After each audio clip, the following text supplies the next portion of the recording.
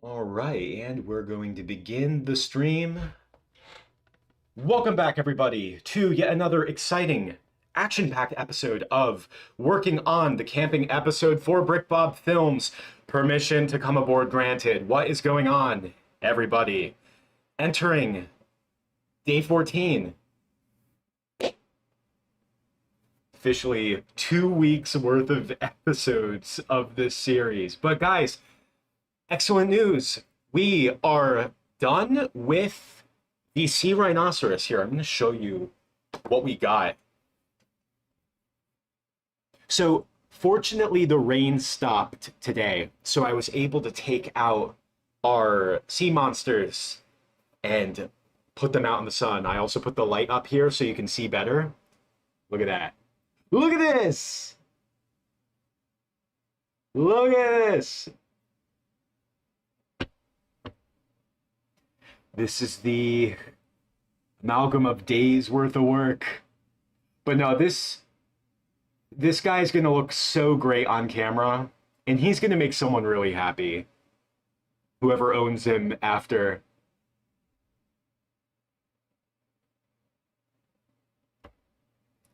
But yeah, so what we did was I did a satin finish for the skin. And then, what was it? It was a matte finish for the plates. And then after that, I went over the plates using a special blacklight paint. So, I don't know if you guys will be able to see now. I've showed you a couple times before, but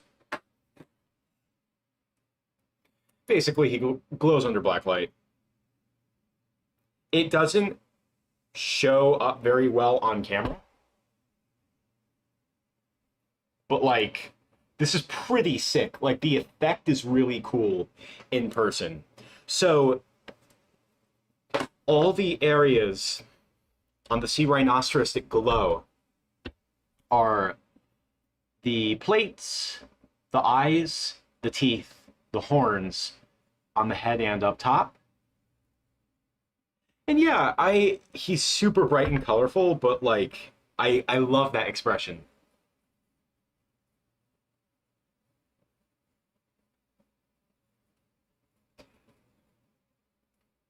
Now, as for the sea bear, which I'll pull out in just a sec.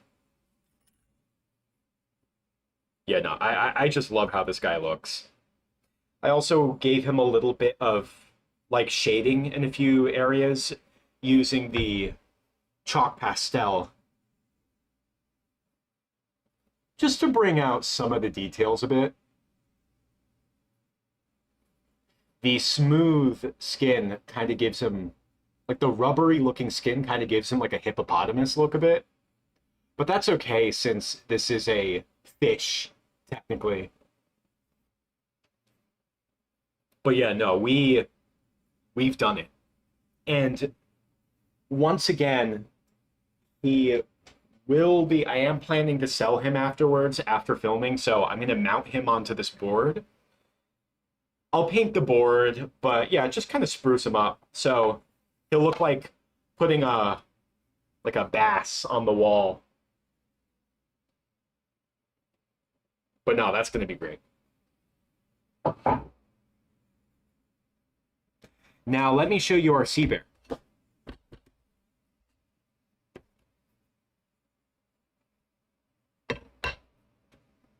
So fortunately, I was able to get the head nice and covered up using just some masking tape, but like compare this to what we had after the first day when I was trying to make the sea bear using the everlasting plastilina. Going with baking clay was definitely the right move. I really like the coloring. There's a little bit of a, you might be seeing like the shine from the light on it. That is from the fixative that I sprayed him with.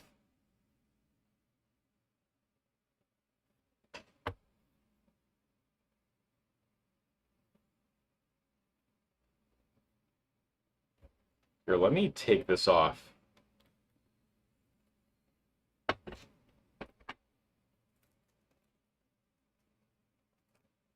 So, guys, the game plan for today is just finish the sea bear, which includes making the mouths, making the eyes, making an arm, and that's it. All of the parts that are going to move and be animated.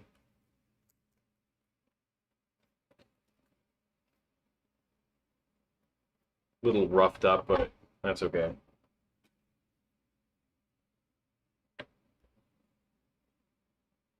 So yeah, the idea is Sea Bear is going to be animated at the head and the arm, both of which have wire. And then afterwards, I think what I'm going to do is I might take some, probably epoxy sculpt and give him a new head with that and a new arm. That way I don't have to bake him again, because I don't want to have to bake him again, and I don't know what'll happen with the paint. Can't be good for the paint.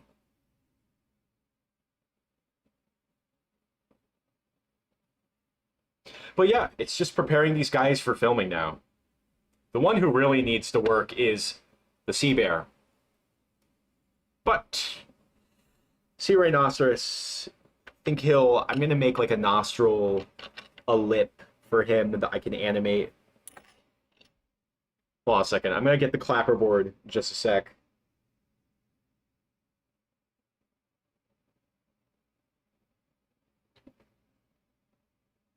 They're so pretty and so different from each other. And the sea bear has this really cool texture along his body, like a scaly texture. So, with all that said, guess we have to begin. So, second. All right. Without further ado, this is BrickBob Films, the camping episode. Give it up for day 14. But yeah, going from these, hold on a second, these to these.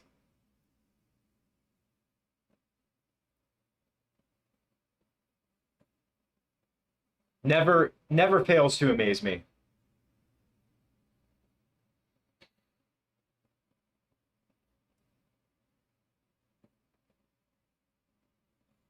And give it up for day 14.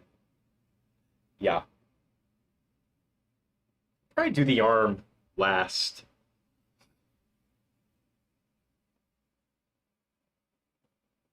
Yeah, so for the sea bear, we already have like 3 mouths made. I'm gonna show you guys in just a sec. But first, as you can see, we've just we got a lot of stuff going on here at the desk. Tons of stuff left out. All of it is just out of frame. Like, look at this.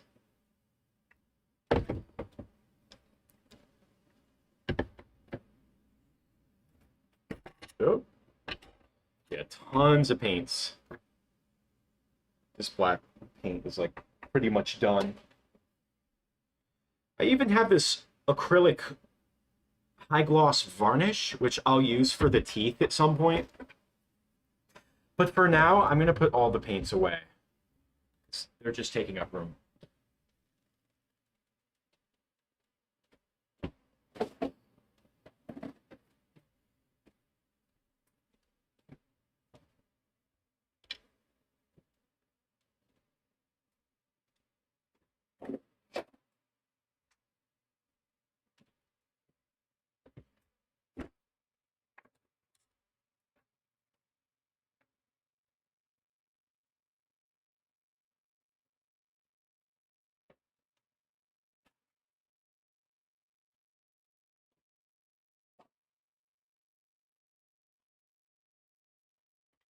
Yeah.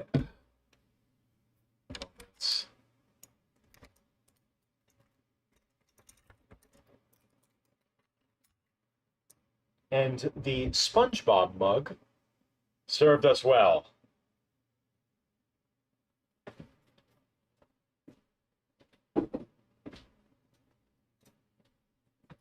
I need a proper, like, drawer for these paints. I don't have, like, a suitable drawer for them.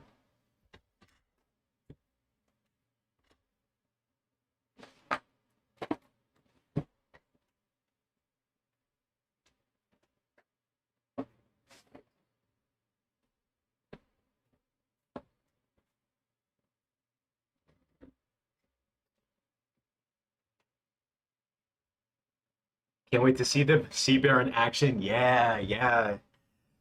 Thank you so much. No, he's gonna be great.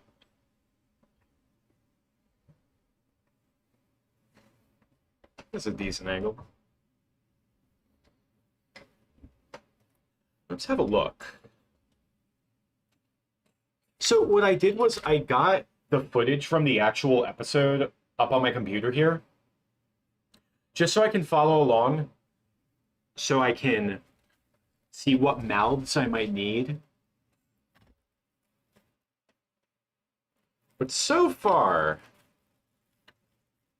we've got this neutral mouth. So glad I have the light up.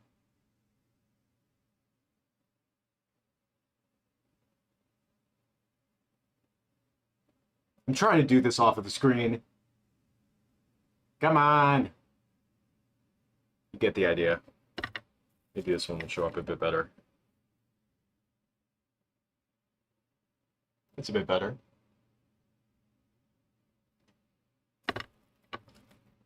Yeah.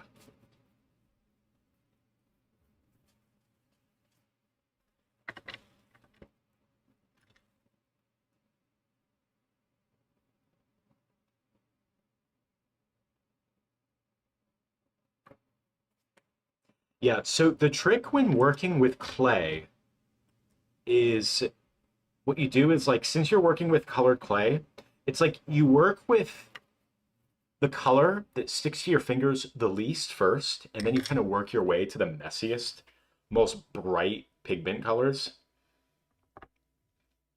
But yeah, I think I might start with the eyes.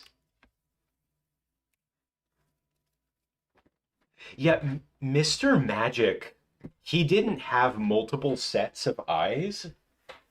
Because usually with eyes, you can get away with one neutral set, but then you just put the eyelids over. You know what I mean? Trying to pull it up. I animated Mr. Magic back in October.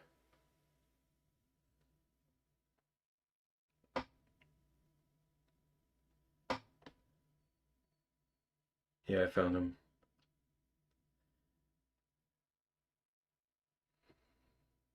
Animating Mr. Magic was a blast.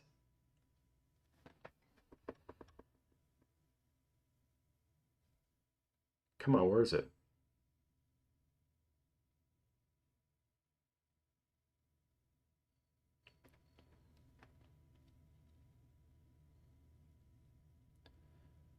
Oh, is that after I was done filming? Yeah, check this out. Like you have all these like unique mouths. Okay. You have all these unique mouths for Mr. Magic, but then you could just have like just two round balls for the eyes. And from there just get away with doing eyelids.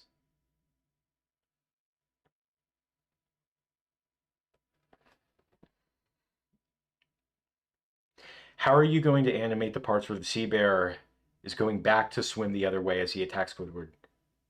Reflection effect? Yeah, that's a really, really good question. So, yeah, I don't have the actual footage, like the original footage from the episode up on screen, so I can't really show you. But the sea bear is facing, he's facing stage right. Yeah. For those of you who don't know, his head's pointing to the left side of the screen.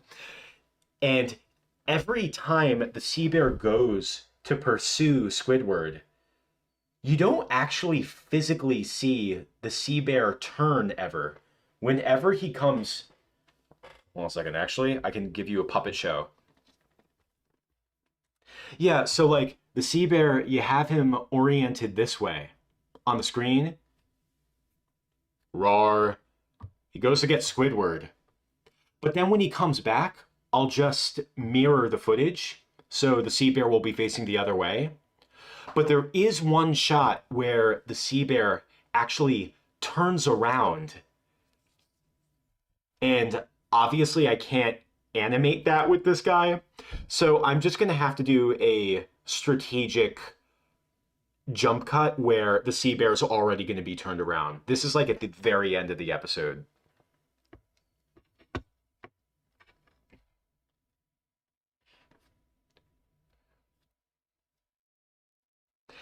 You're animating stuff for reanimated collabs. That's awesome.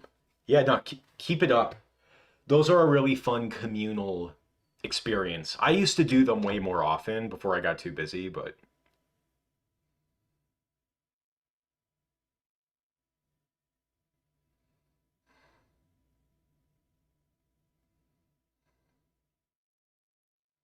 you have to wear gloves with epoxy sculpt? I've never worn gloves.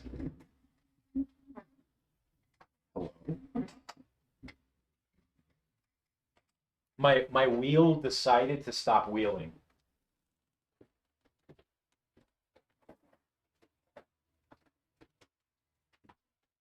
This is what I use. Here's my epoxy sculpt.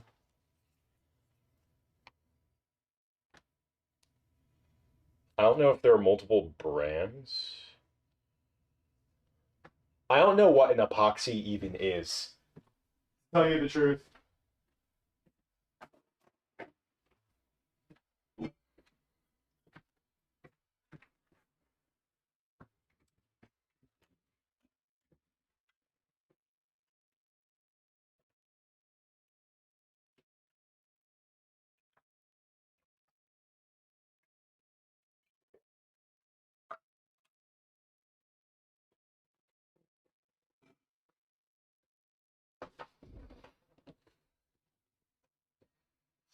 Hmm. Let's have a look here.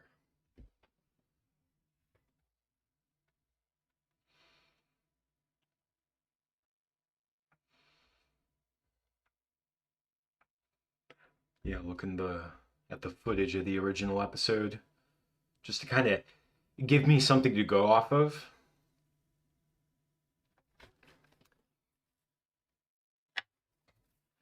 Actually, we have some white clay here that I was already using for eyes. Oh, that was for a client project, but the eyes are just sitting here. Anyway, I better turn on the work clock. All right, here we go. Boom.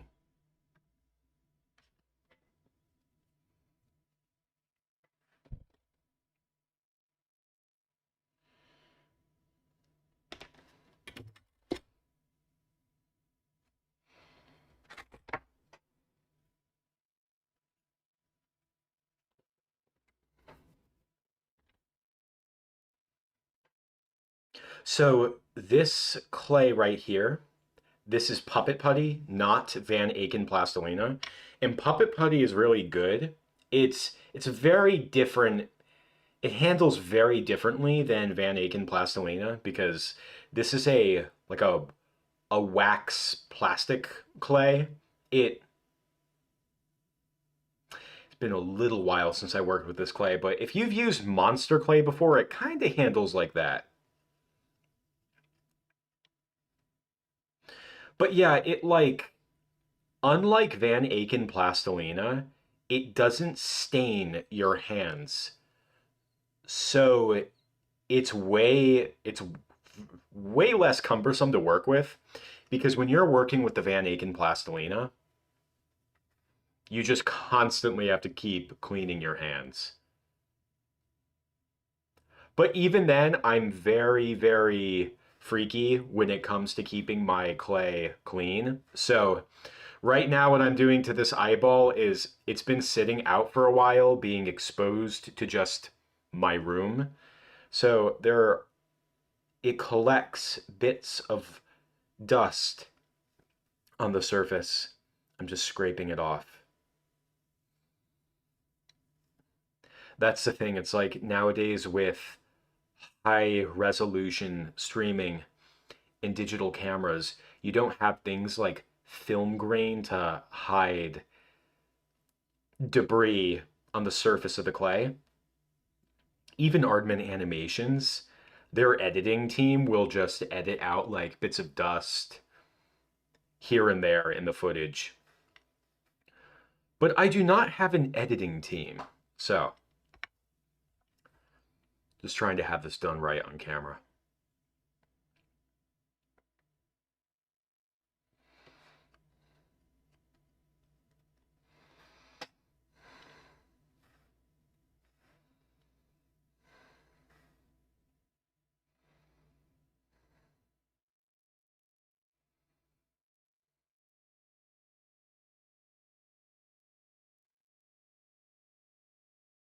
Durable plastic material. It is very, very tough.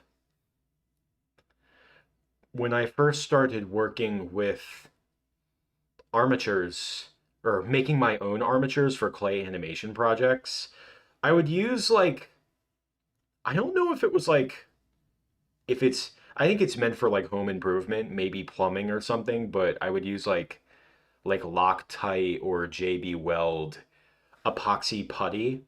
That stuff like smelled really bad. I actually have a little bit, I think in the closet, but it it comes in a much smaller quantity, like a much smaller amount, but that stuff's really strong and it does a good job at holding the wire together.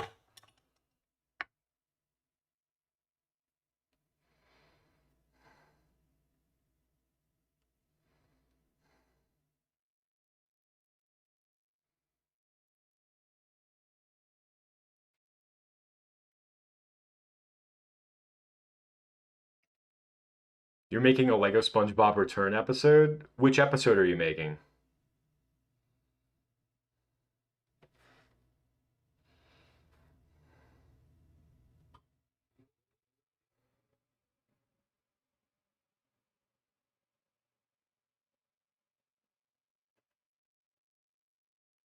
Yeah, clock's running. Okay. Sometimes it shows a timer at the top of my screen, other times it doesn't. I don't know why it does that.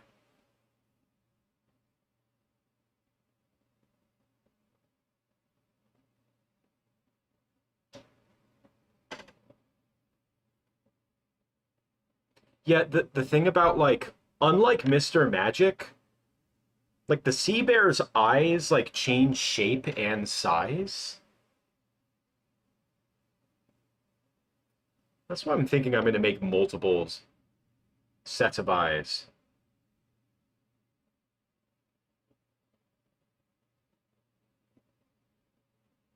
Stun Pilot episode? What season's that from? I've never heard of it.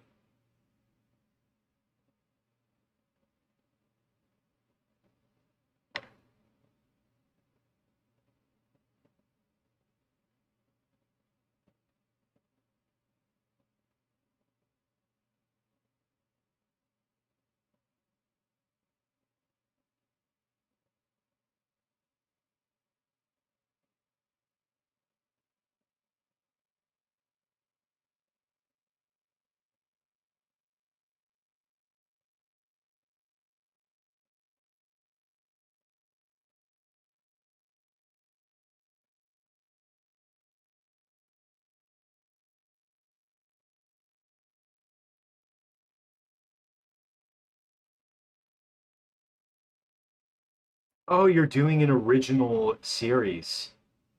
Yo, that's awesome, man.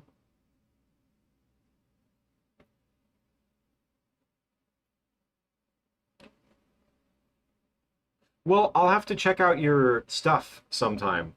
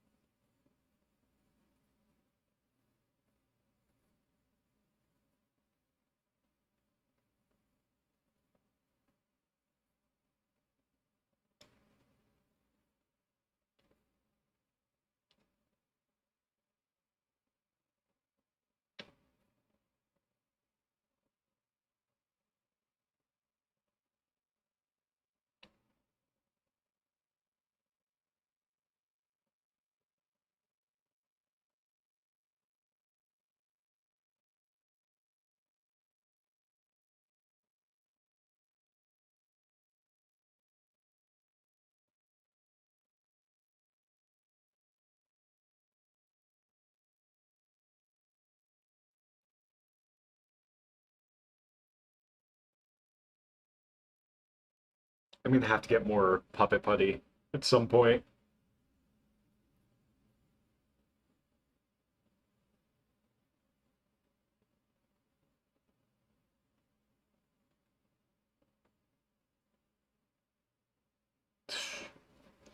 I think it would be easier to name the sets that I don't have. I never got the, what was it, Build-A-Bob set?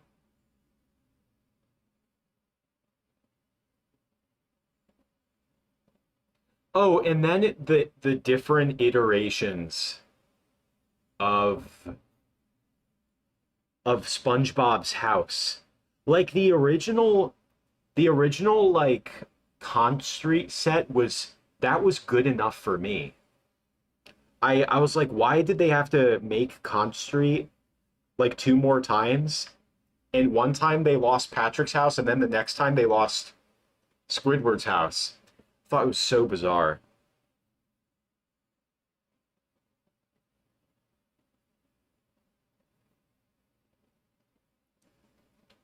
Aw, Gaming Megos. Thank you so much. I really appreciate the invite. I'll take a look at your stuff. I don't know if I would be doing a collab for voice acting, but I will try and take a look at your stuff because that's awesome to hear that you're making your own original work.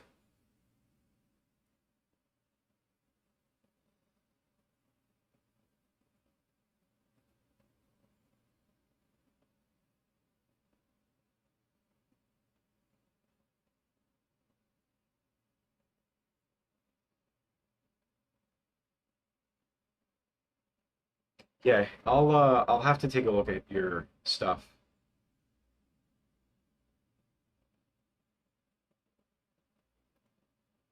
The heck did I just click on? Computer being weird.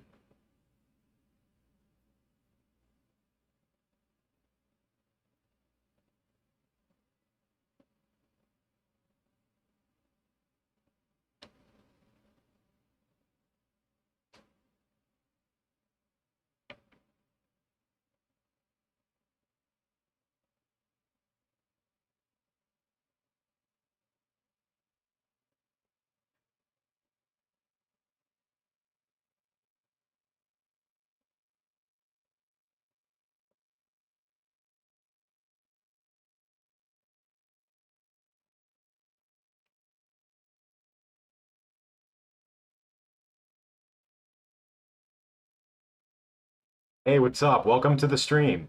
Thank you so much. Yeah, we're hard at work on the camping episode, but we should finally be wrapping up on the sea bear soon. Sea rhinoceros is about done.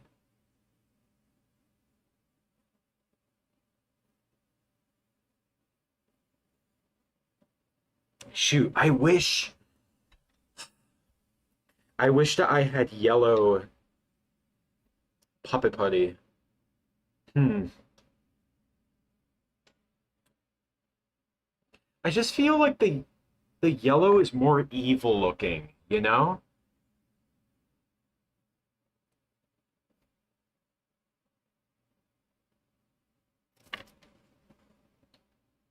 It's like more menacing looking. The white is kind of like simple looking, you know what I mean?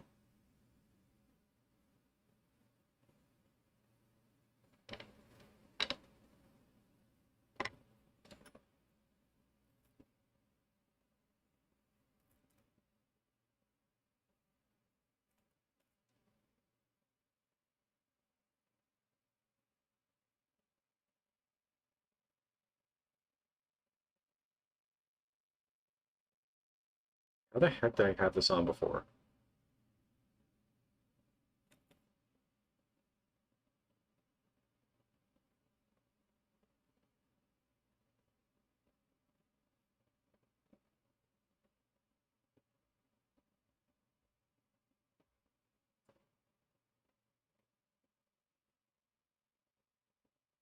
I can always like make the eyeballs like on the fly. What really kind of has to, what I like to prepare for are the mouths, because mouths require way more detail.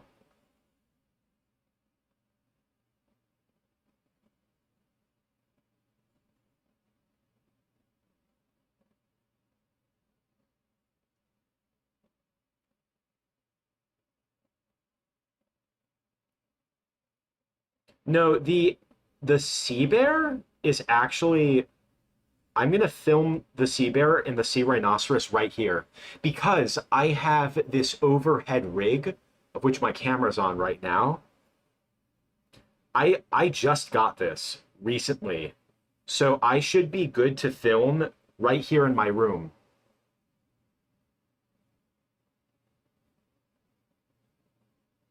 Yeah, I remember last year when I was filming Mr. Magic, I had to like I met up with my buddy who's cinematographer.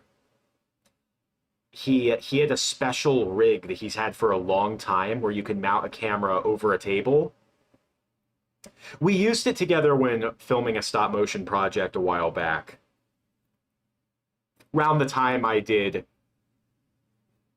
the Fry Cook games, BrickBob films. So I I borrowed it from him, set up everything in my other studio space, filmed.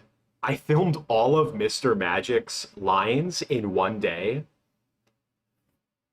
which was crazy. That was only because I filmed it at 15 frames per second. If I did it at 24 frames per second, that would have been so overkill.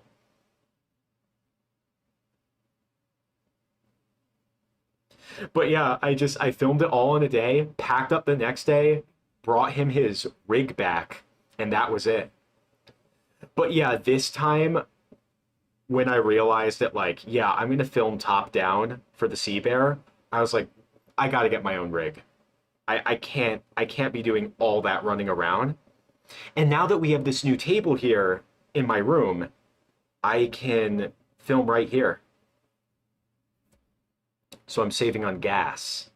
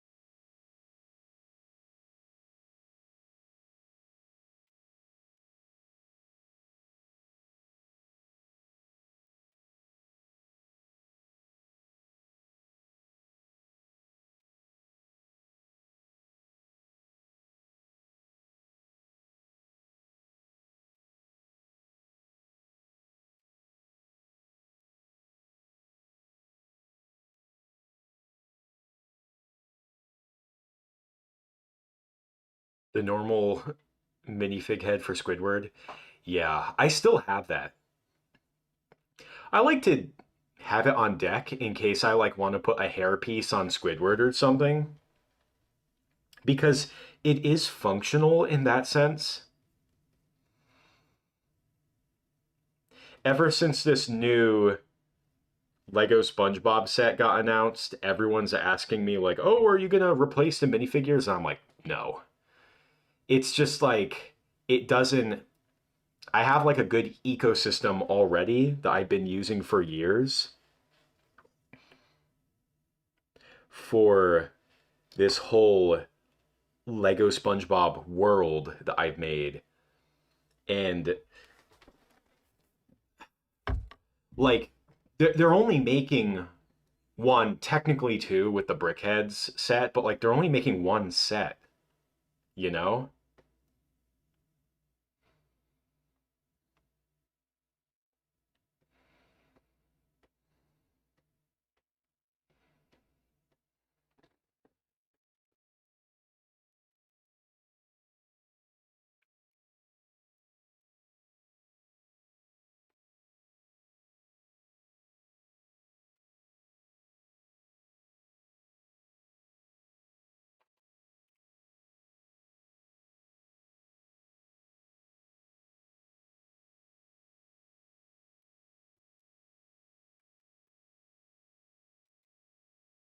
We got the train coming.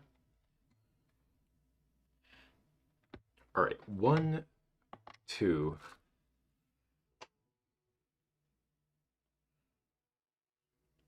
And we have three, but I'm gonna do the black nose last because I don't want to get black clay on my hands right now.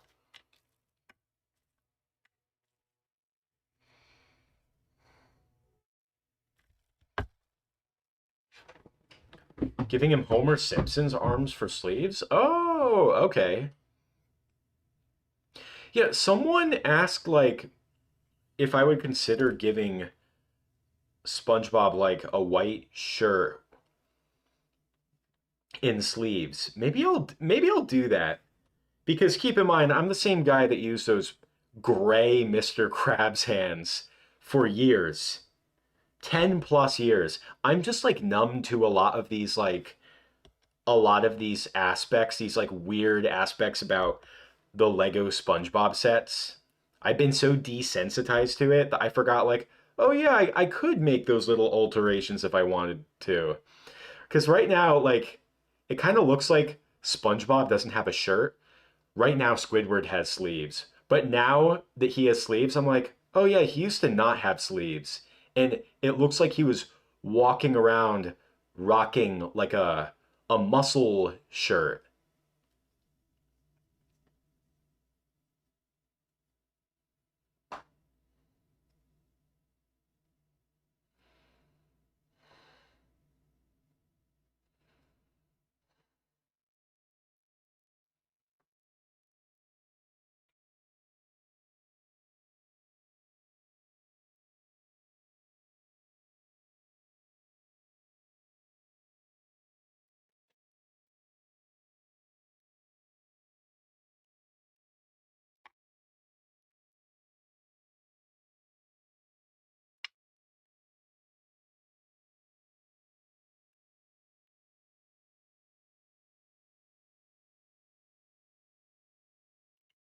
Yeah, maybe I could have a little bit of fun like customizing the Lego SpongeBob figures.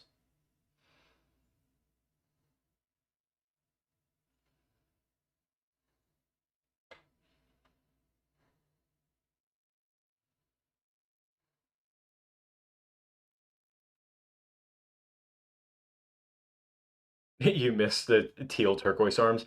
I'm not kidding. And like it was like one of the last scenes for Squid Bob Tentacle Pants. It was the scene where the two of them are rejoined by the what was it? Oh yeah, the not joined when they are separated by the molecular separator ray. I was taking apart Squidward and I was taking apart Squid Bob to bring back Squidward and SpongeBob, and I go to put on Squidward's arm, and it just crumples to pieces. I'm like, "Are you kidding me?" And then I try to get the other arm, and it crumbles apart. I'm like, "Are you serious?" And then I'm like rummaging through my Legos. I'm like, "Don't tell me that I'm out." Like what? But yeah, there were just I didn't have any replacements, not even from the old Squidward minifigure I had. So I just gave him sleeves. I was like, I have to finish this episode. I can't wait for this to come in the mail from eBay. I gotta finish this. Yeah, Legos. I mean, construction toys in general. Like, I've had this experience with Mega Bloks. Like, they're really weird. I mean, I talked about this before, but a lot of the figurines I use for filming, some of them I've had since I'm not kidding, like 15 years. Like, some of them are really old. Some of them are perfectly fine. Yeah, just some construction toys, they just last forever, and then others will just break. Yeah, for my fellow Mega Bloks Dragons fans in the audience, when when I was going through my Mega Bloks Dragons figures last year, like some of those joints on the dragon figures, they really don't age well because they're all plastic hinge joints or what is it, ball and socket joints. But yeah, just yeah, they don't age well, so you have to be really careful when using some of them. And some of them are perfectly fine, and then others you barely touch them and they just break. You never know what you're gonna get.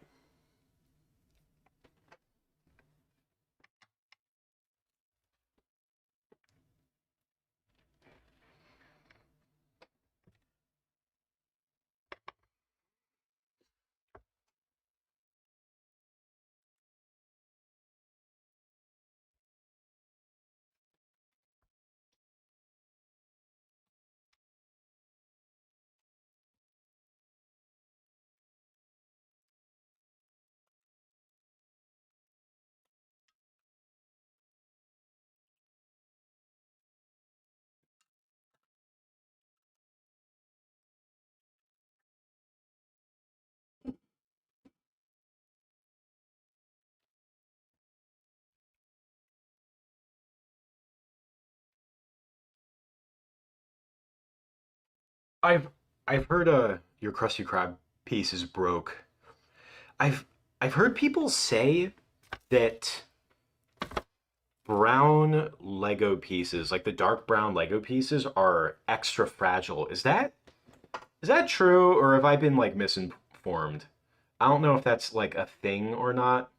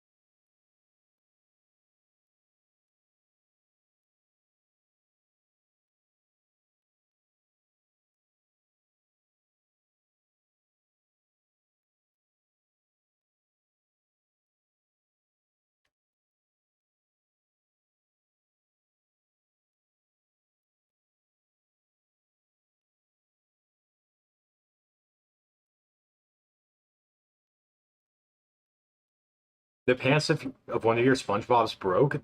That's never happened to me before. That's crazy.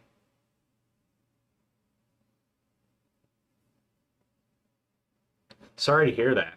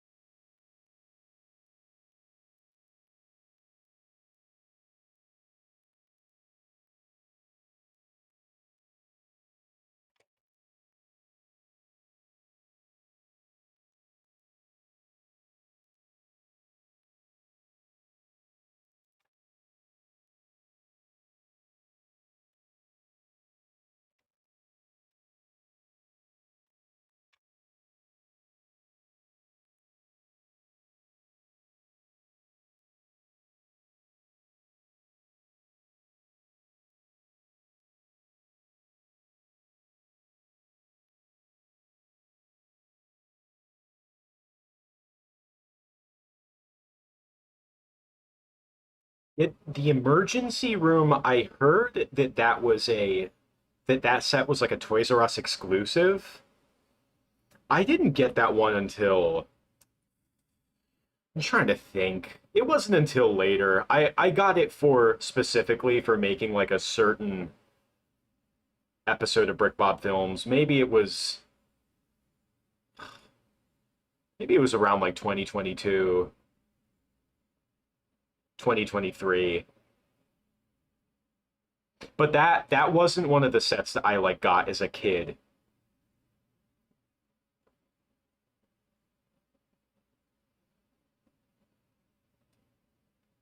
Okay, this mouth that I'm making right now is a really, really, really, really weird shape, and it's kind of messing with me.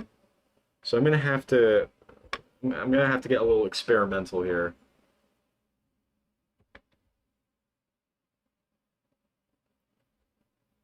Yeah, making mouths is very touch and go.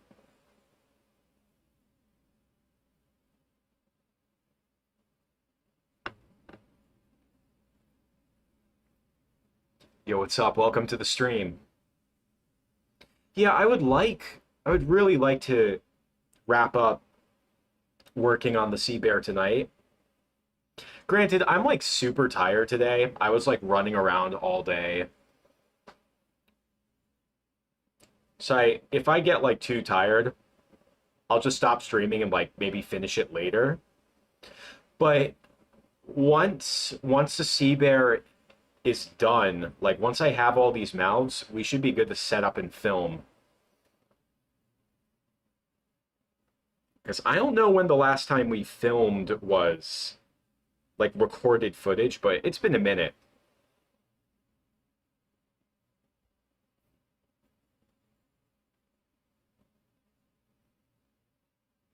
Didn't have any replacement turquoise arms. No, but that's the thing. Like I had the original Squidward figure from my childhood, but yeah, I couldn't find another set of arms. It was so weird.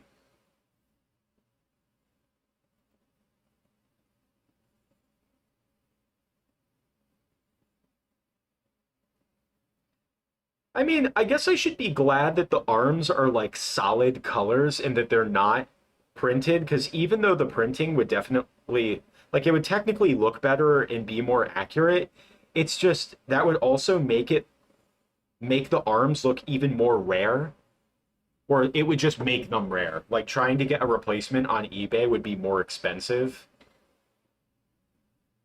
because the prints are so unique to whatever set came out at the time. Like I remember there was this like Boba Fett minifigure with print on the arms, and that Boba Fett was like so rare from a very particular Lego Star Wars set. Yo, did anyone read the Lego Star Wars encyclopedia when they were a kid? Did anyone have that? Gosh, me and my friend growing up, we would play with Legos and Mega Bloks all day at his house, at my house. Just he had the Lego Star Wars encyclopedia at his house, and when I'd go over to his house, I'd like look at that thing what felt like for hours. I'd flip through from the front page to the back.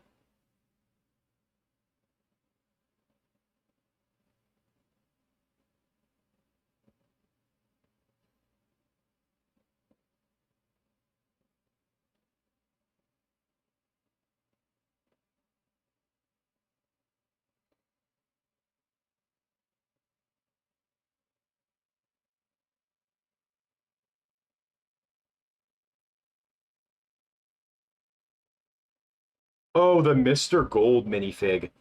I still remember when the first series of the minifigure blind bags were coming out. It had a yellow packaging. You guys remember that? And like there were a lot of toys that had blind bag series. Even like Mega Block SpongeBob was doing it. I guess K'Nex was doing blind bag they were doing a blind bag series with them when they had the Mario license. Yeah, there were always little blind bag things at the Toys R Us, I would say. I remember getting Mighty Beans. Me and my sister would collect Mighty Beans. Gosh, I wanted the T-Rex Mighty Bean so bad. I have to hold on a second. I just have to look for a picture of this. I gotta show you guys what the vision is. Mighty Beans with a Z, naturally. They were around for, I mean, Mighty Beans have been around for a super long time, but I'm trying to find like the era I grew up with. Mighty Beans Fortnite? What? Why am I surprised? Hold on a second.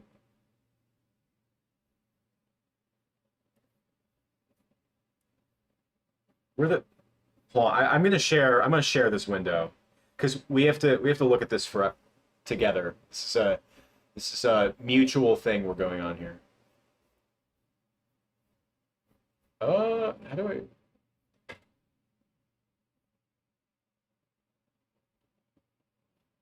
How the heck do I?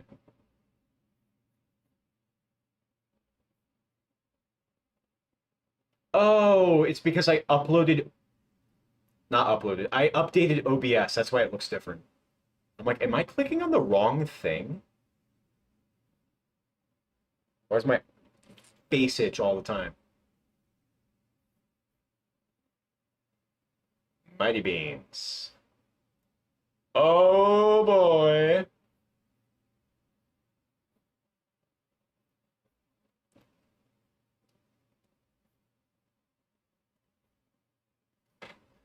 Oh yeah. Hold on a second. I like can't see the chat.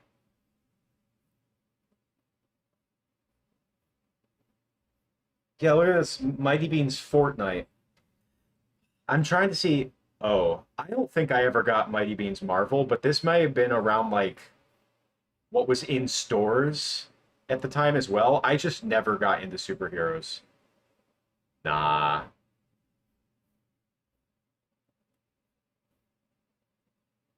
Oh wait, these are ringing a bell.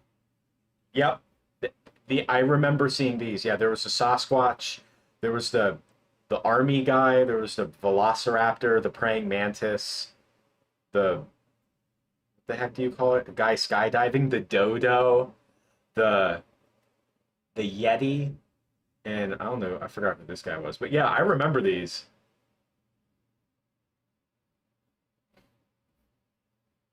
Never saw a Star Wars line. Oh yeah, wait, this is what the boxes look like.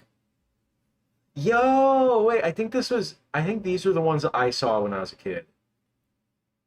Oh, I forgot that there was a thing where you could like roll it back and forth. Oh, I think we're getting warmer. These things have been going on for a really long time. Wait, series two? How many? Six? I think it says six right there. And then there was a three pack. I don't remember. I remember the dodo, but I don't remember that dragon. That dragon looks pretty cool. Dude, my sister and I loved getting these when we were kids.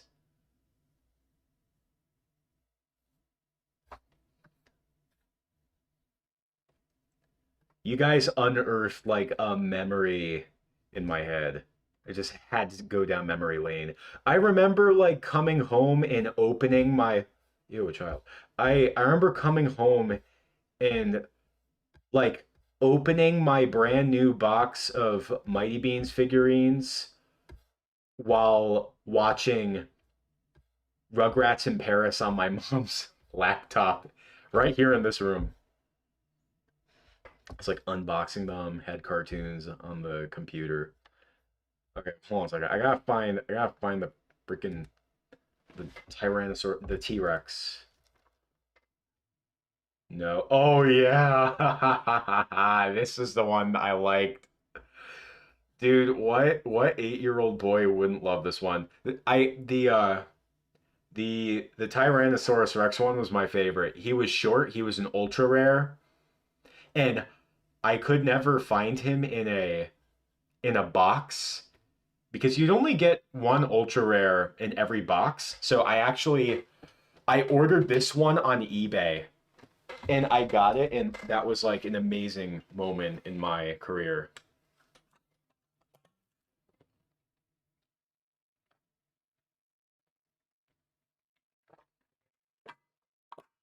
I knew better than to animate these things though. These things would have been infuriating to animate. Yeah, but no, so like I remember that there were like different themes. What the heck? Bro, that's like epic. Yeah, and there would be like a print on the back saying what number it was. What series was this from? There was also like there was like the mythology s- series where you had like the Sasquatch and the Yeti. I remember there was a bug one where you had the praying mantis, and I remember my cousin got the army ant. Kind of looked like this. I remember getting in the back of my uncle's car, and like my cousin was sitting there, and I thought he was holding the T Rex for a second. I'm like, give me that, let me look, and it was the army ant. But the army ant was really cool looking. Mighty Bean's racetrack.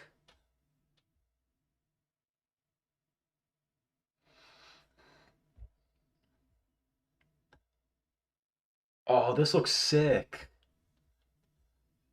Man, toys were the best when I was growing up. Yeah, then in a few years we're gonna. I mean, we already have like Mr. Beast and Fortnite toys. How long is it gonna be until we have like Markiplier toys and PewDiePie toys? I'm throwing out like just throwing out random names. I don't know what I don't know what Markiplier or PewDiePie are doing nowadays. But no, what were the series like? Mighty. It showed on the back of the box. Back of box.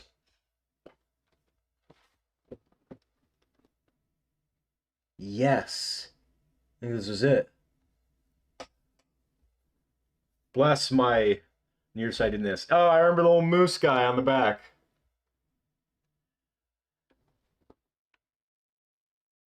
There's fish. Oh, pet. Yeah, pet fantasy. Oh, I remember there was like a knight. I got the knight. Sports. Space beans. I had the alien.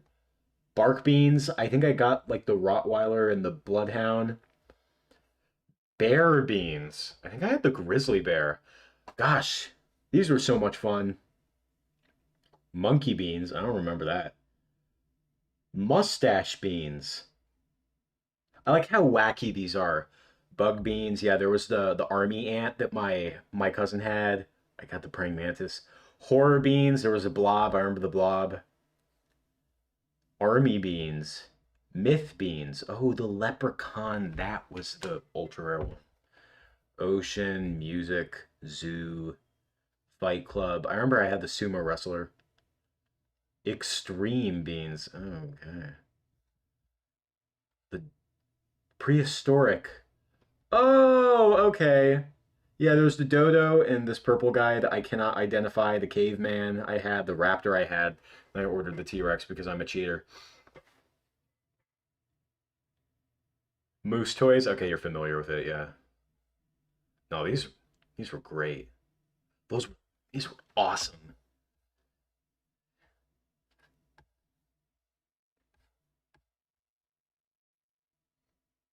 Shoot, what else were we talking about before we were talking about Mighty Beans? I'm trying to think. The blind bags. It was the Lego minifigures blind bags. Series 29. Yep, I remember these. The first series. I think I got that ninja.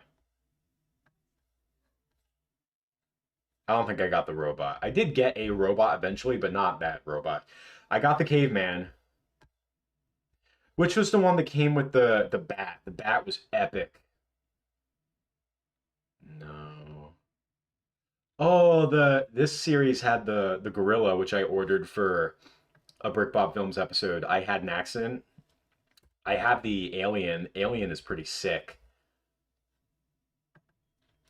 Oh, that's where the Frankenstein's from. Frankenstein monster.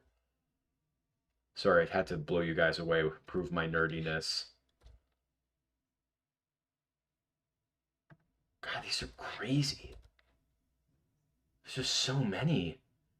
Yeah, I have like I have more of these than I thought.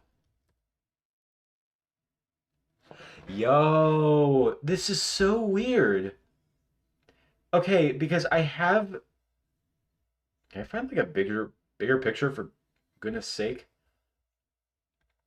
This is so crazy because like okay, so I have this robot and I have this bat.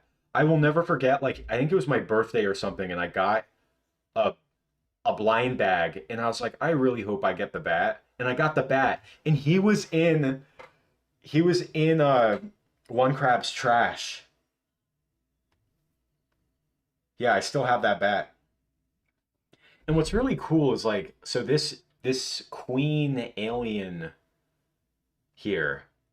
There was like an alien series. There were sets and everything and the aliens looked like this. There was a king, but I don't think there was a queen. So, but like this looks like it would fit right in with those sets. That was really cool. These were awesome.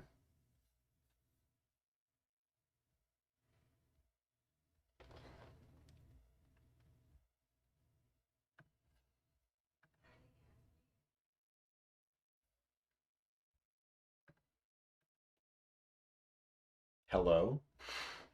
I'm trying to make this go away.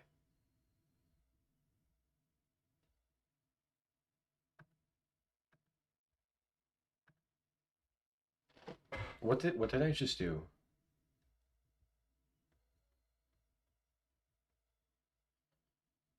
I think I removed the wrong one. Okay, that's better. That was fun.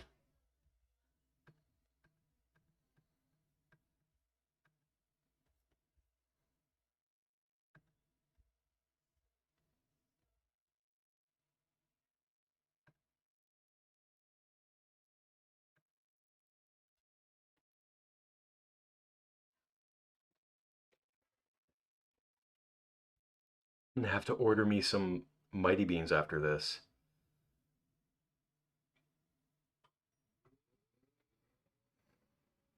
Yeah, it's so weird because like I just I couldn't imagine being a little kid and just playing on like an iPad, you know?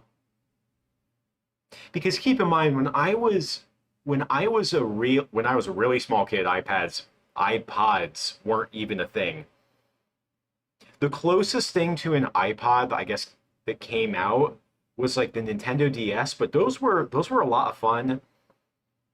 They weren't like an everything device, and you could play with friends. And the fact that you could do like download play, that meant that you and your friends could like play games together, sitting next to each other, side by side, even if you both didn't own the game.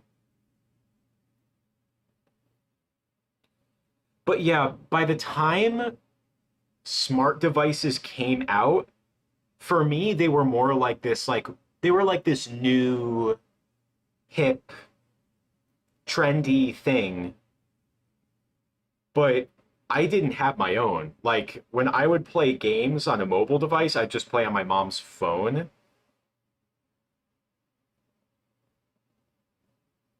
But it wasn't like everyone had them quite yet. First, all the adults got them, but then after that, it started trickling down to kids. And now it's just completely out of hand. Look, my phone's listening to me talk about this, telling the government or something. Game Boy Advance was amazing. Yeah, it's so. Oh yeah, and GameCube too. So here's the funny thing: is like GameCube and Game Boy Advance. I didn't have those when I was a kid, but then I discovered that my Nintendo Wii had backwards compatibility with the GameCube, and my DS Lite had backwards compatibility with the Game Boy Advance. So I didn't know that for years, and then I discovered I discovered the backwards compatibility was a thing. So it was almost like I unlocked like a new library of games I didn't even know I could play.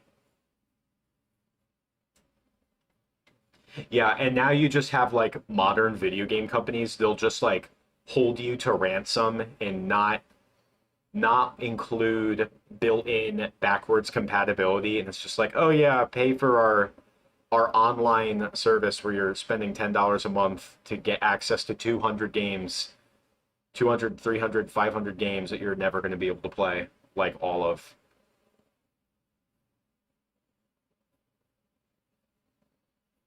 Maybe there's some good value out there, I do not know, but with how many subscription services there are, it's like, nah. I'm fine owning my Nintendo 64 and owning the library of games, the retro library of games I got from the Wii Shop channel when I was a kid. That was great.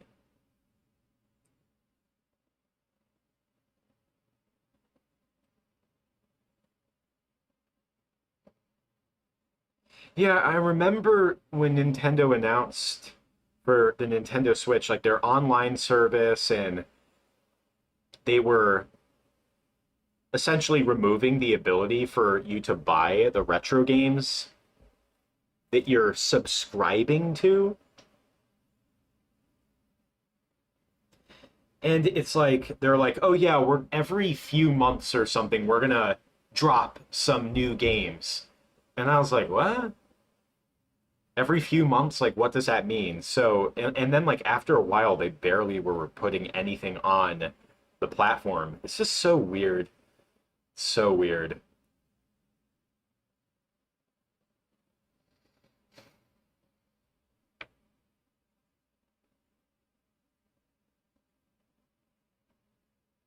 Xbox Series X just rolls off the tongue. Somehow Xbox, like, they somehow managed to come up with even worse names for their consoles. Like after Xbox One, like I thought they couldn't top that, but they somehow did. At least Xbox One is fewer words and fewer syllables.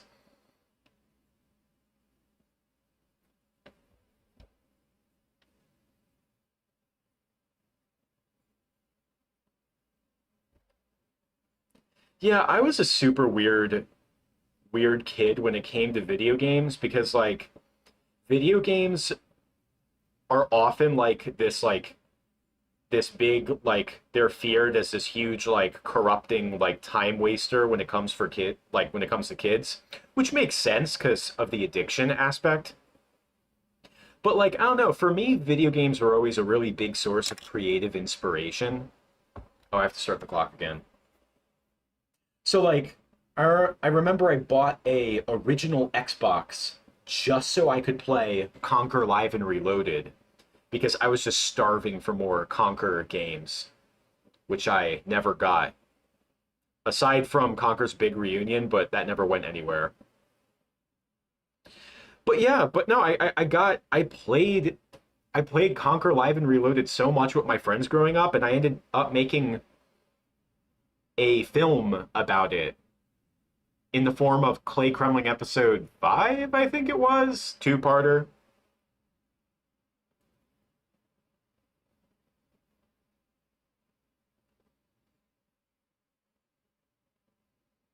Yeah, that was like I think that was the first episode of Clay Kremling where I tried to go like really cinematic with it.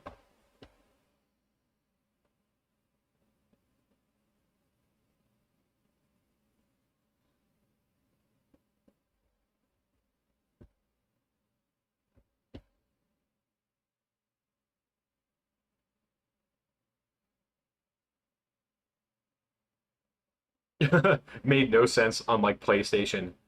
PlayStation, yeah, PlayStation, they play it totally straight. PlayStation 2, 3, 4. Wait. Guess what comes after 4? 5. Yeah, I just never saw any reason to get PlayStation or Xbox when I was a kid. I don't think I ever played anything on a PlayStation. Well, I did eventually get the PlayStation 1, but the PlayStation 2 or maybe 3 might have been when I was growing up, I think it must have been like the PlayStation 3 that was coming out or something. But yeah, it never appealed to me. But what blew my mind was when the PlayStation 5 came out and it's like after 20 years of having very boring like VCR, not VCR, not that bad, but like DVD player looking consoles, like very boring, black, straight, not quirky, not imaginative, not fun, unpersonable designs for their consoles. Now you have like this atrocious looking bizarre alien device. I'm like, how did we get here? How does this reinforce your brand?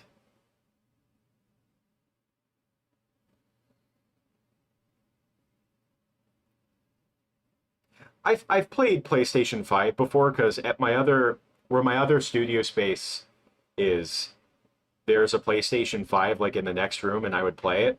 And I would play like Star Wars Battlefront 2 and I would try and play Guilty Gear, but oh my god, like they also had like a really old TV, still have it, and the input latency is so unbelievably bad that like it's basically unplayable. Like to me with my OLED TV and my PC, like going from that, like I can't. I just cannot do it. I can't do it. Star Wars Battlefront 2, like I can get away with, like I can adapt to the input latency, but for something as razor tight as like a fighting game, like I just can't do it. I just can't do it.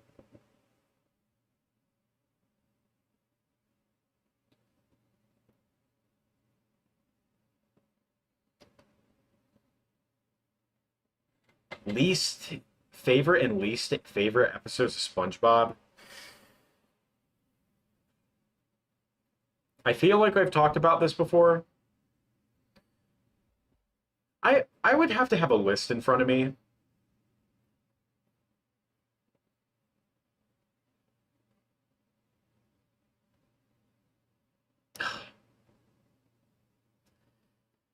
I mean, Rock Bottom is really good.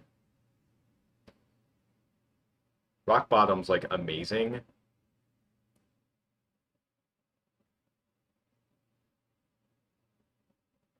trying to think what else. Camping episode's amazing.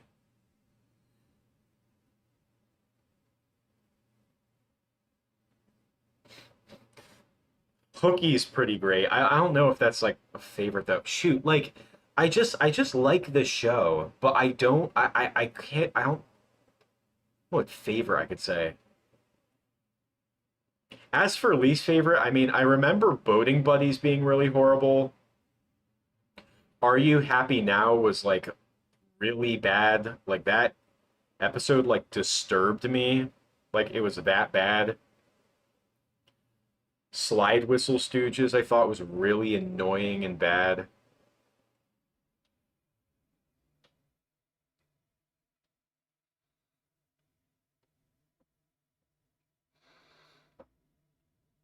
Favorite SNES and N64 games.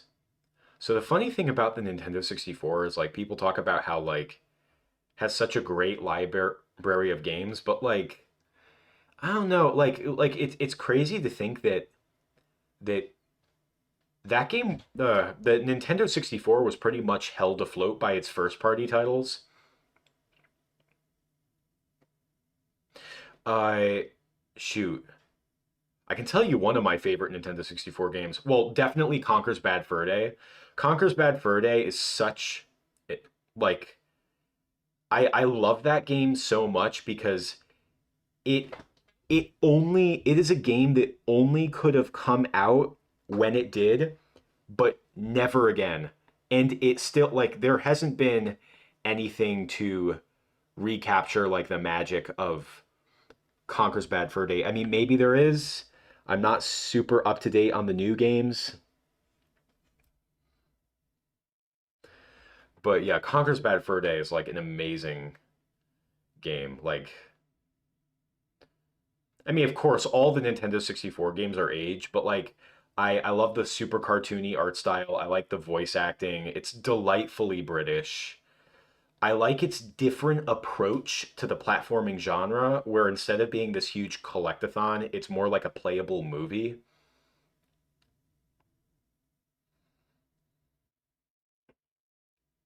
Star Fox 64 is so amazing.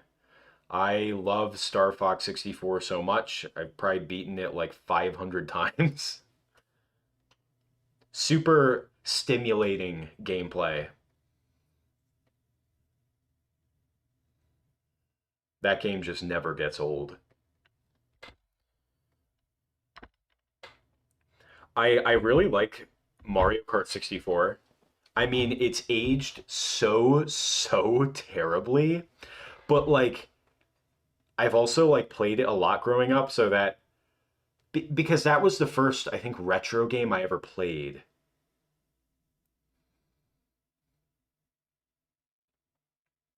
I have like a whole bunch of Nintendo 64 cartridges behind me. I'm not going to go look at them now, but I would probably be able to provide better answers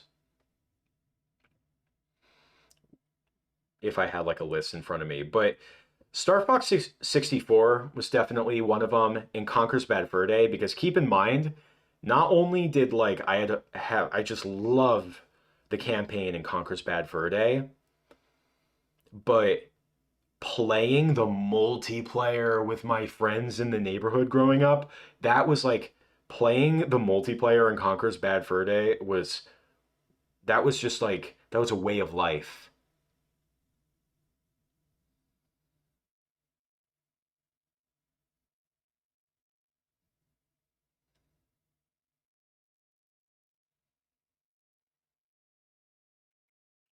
Yeah, I forgot. I have to like factor that in. Like Conker's Bad Fur Day had both like the single player, but also the really advanced like multiplayer. Like that gives it bonus points. Like that it was able to hit both of those fronts like really well.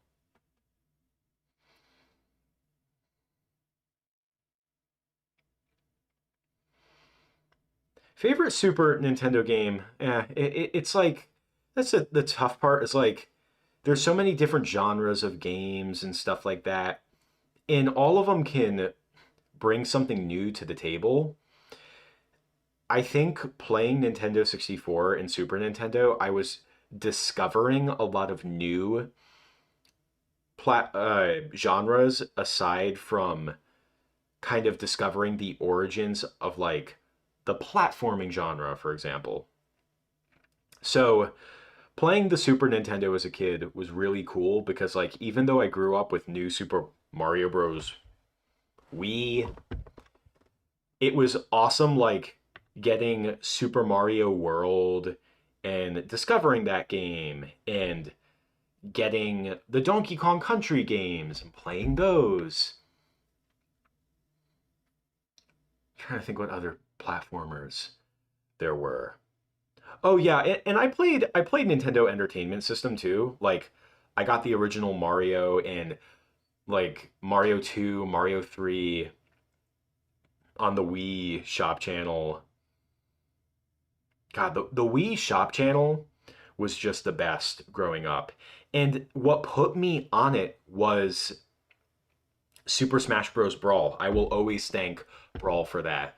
Like that was the thing, like back then, games like Smash Bros. Brawl and platforms like the Wii, which and the Wii Shop Channel and all these things, like there were a lot of ecosystems that were like genuinely like really favorable for the consumer. Like me as a little kid, Nintendo Wii, that was like the perfect that plugged me into like the perfect ecosystem for discovering not just like Nintendo, like playing the new Nintendo games, but discovering the old ones and building like giving me those points of contact where it's like, oh yeah, if I played through all the new games that came out, I can also play the original stuff, like discover the classic, the retro stuff.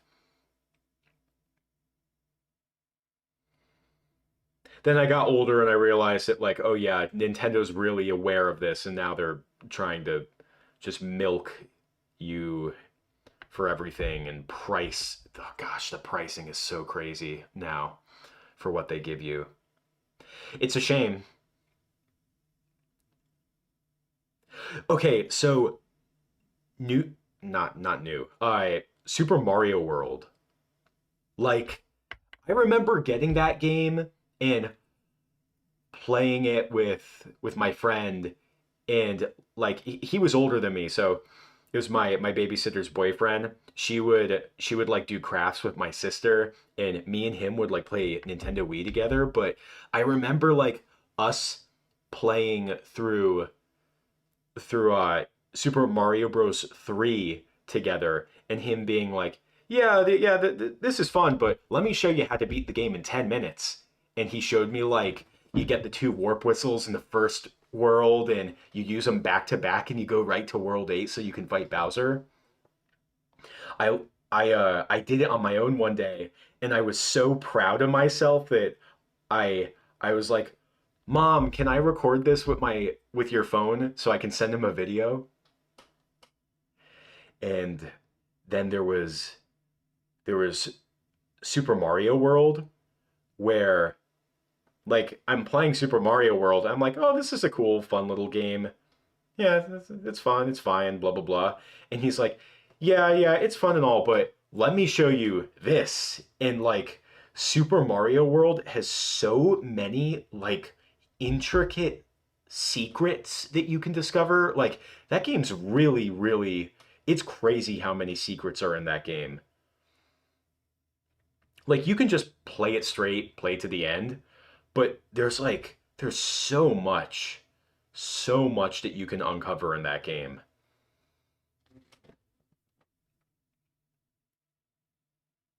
Me personally, though, my like people say that, you know, Super Mario World is like the best, like one of the best Super Nintendo games, blah blah blah blah blah. That's great. Best Mario game. That's awesome. But for me personally, my favorite Mario game the for the Super Nintendo will always be Mario RPG. Always. I don't know if we have any fellow Mario RPG fans.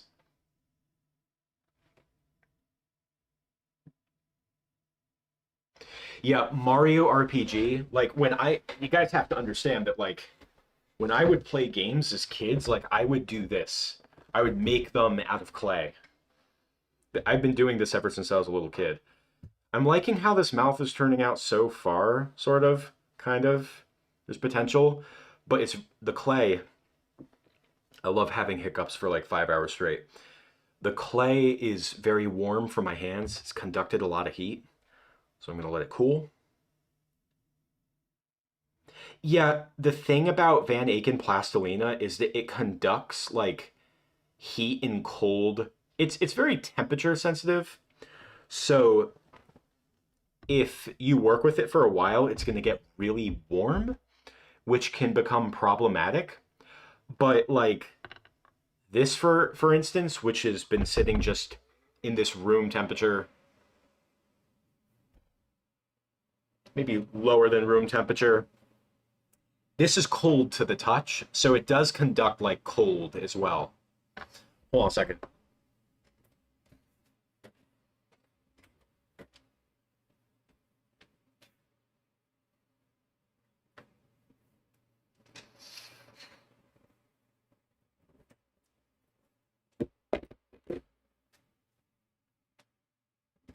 I hate looking at this thing. Hold on a second. I'm putting it up here.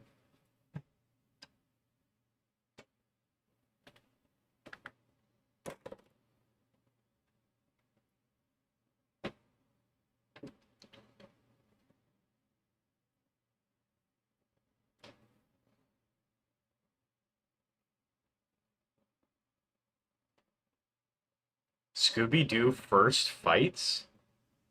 We got a lot of Scooby-Doo fans in these streams. I think the most engagement that I had with Scooby-Doo as a kid was the 2002 movie. But I never watched the show very much.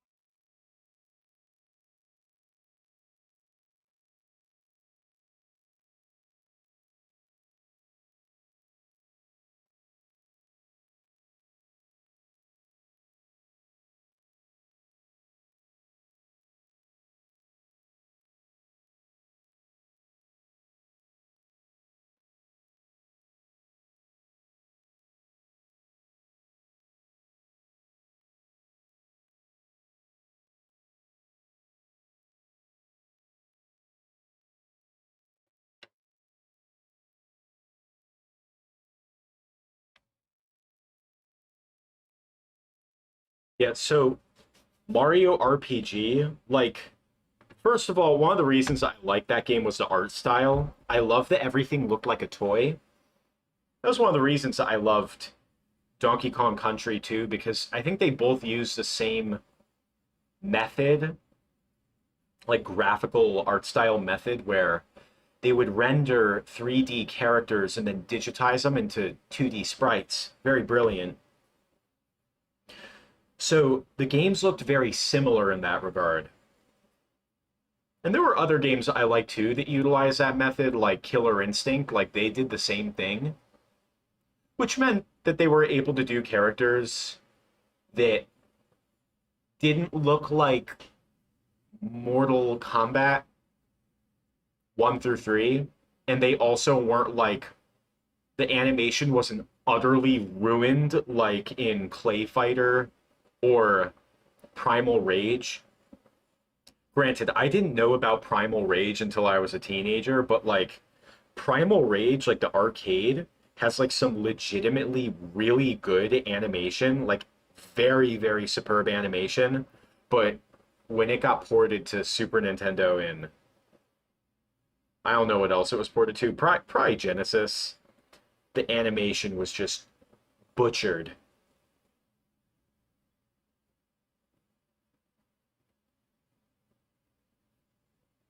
But yeah, like, so the art style in Mario RPG was I loved it so much. I loved all the new worlds. I loved that even though it was a Mario game, it felt like an alternate Mario universe. Like I felt like to me the Mario RPG like broadened the lore. It really opened up the Mario universe. I loved that there was a new villain that wasn't Bowser. I loved that it introduced like Nimbus Land and how they have their own kingdom.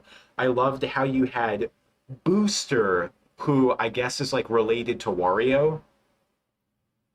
There's a I remember there was a picture of Wario in the wall in Booster Tower, so I thought like maybe Booster was like a long lost relative of Wario. I thought that was so cool. I loved meeting like all the little towns and the little tribes. Like you had the Tadpole Pond, you had the mole people that lived in the mountain, you had the seaside village, and you would encounter villains like that scary cat creature that lives in the sewers, or Johnny Jones, or the Yaxam Rangers, and just like all these like weird, unique villains. It felt like a breath of fresh air. And I'll never forget when I got to Booster Tower, when you're outside of there and you're looking for Peach, and you see Bowser, and Bowser's like crying because he lost his kingdom, and Bowser's like, "All right, I'll let you join my clan for a bit, but only until I get my castle back." And then it said you could play as Bowser, and I was like, "Wait, I'm teaming up with Bowser? Like what?" Yeah, just I don't know. Like it's an RPG, more story heavy. Oh, and you also had the island of the Yoshis, which was cool. I could not figure out how to do that stupid race thing though with against Boshi, whatever his name was. It was really annoying. Yeah, there's Boshi. He was like a Chad, like a bully Yoshi. Oh, you had what, Princess Valentina in her dodo?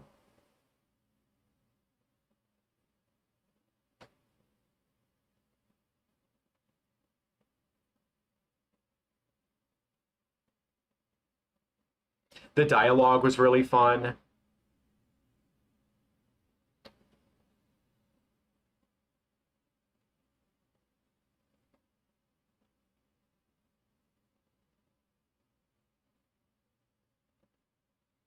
Yeah, Mario RPG, I just really fell in love with. Had no clue what I was doing at first because I never played an RPG.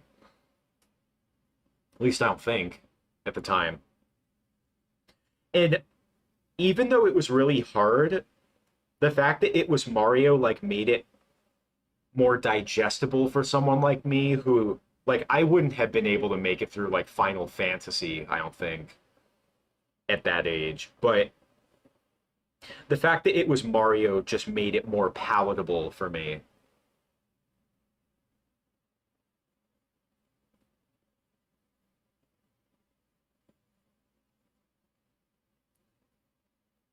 I should make a clay animation only SpongeBob episode. Yeah, you know, I've thought maybe someday that would happen. Like, yeah, I don't know. It right now I feel like it just makes more sense to just incorporate more clay animation into my BrickBob Films episodes because then you're kind of getting the both like best of both worlds, you know. You can have more runtime. It's the work to output ratio isn't quite as brutal. And I can still do stuff like this, but you guys are seeing how much work it takes just to do like even two puppets, you know what I mean? Granted, these aren't your regular like clay animation puppets, but still like working on Popeye, like that was a lot.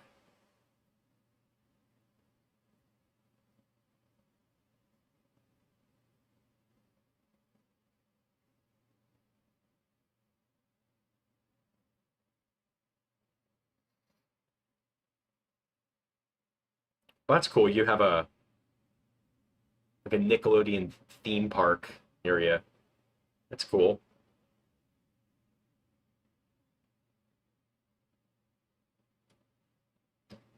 Yeah, I did. I think the only Rugrats game that I played as a kid might have been, I think it was the Rugrats Go Wild game that I reviewed on Clay Gremling, because I think there was like a demo for that game that came on my DVD copy of Rugrats Go Wild. And then we also had the Wild Thornberries movie. I never watched the Wild Thornberries show, but I liked the movie. And that had a demo for the Wild Thornberries game, which I reviewed in that same episode of Clay Kremling.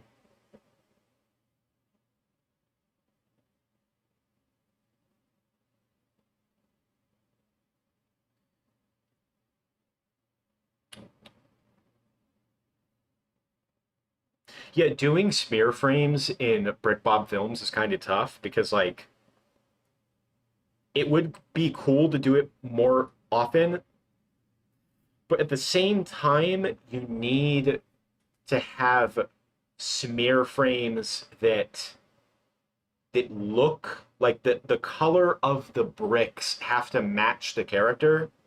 Otherwise, it won't look the same. So like SpongeBob has a pretty standard like yellow and brown color for his torso and pants, but like Squidward has like you can't get that teal in brick form, at least not that I know of.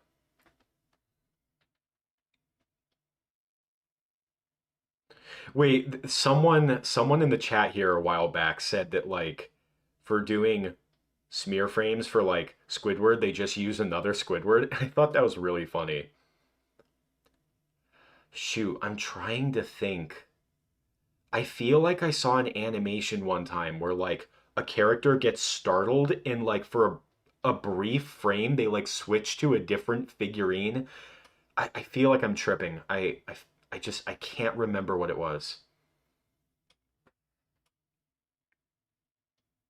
But yeah, like if I were to get the new Lego SpongeBob set, I could picture myself doing a thing where like if Patrick gets like really scared and he just gets shocked for a second, I could like use the new Patrick figure for like a couple frames. To me, that would be like insanely funny. Okay, it was you who said that.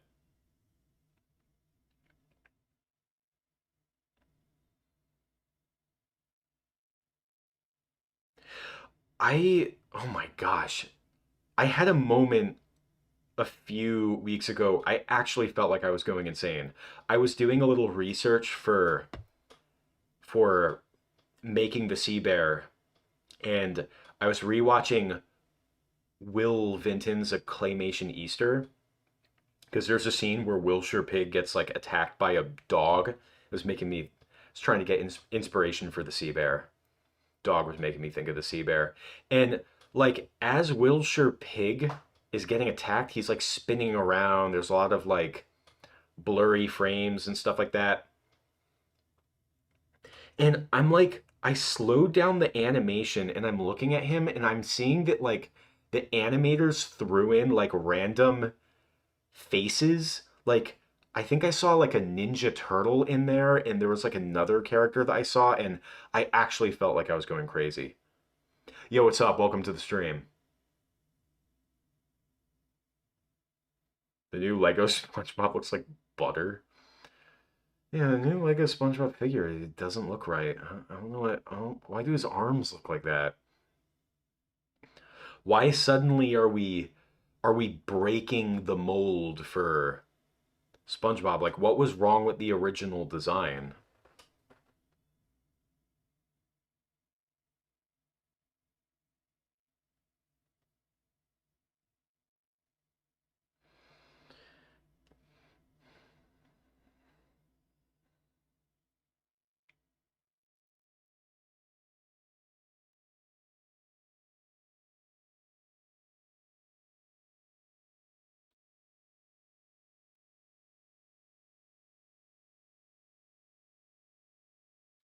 Yeah, when I was watching the Will Vinton thing and I think I saw like a Ninja Turtle like face thrown in there as Wilshire Pig's getting attacked.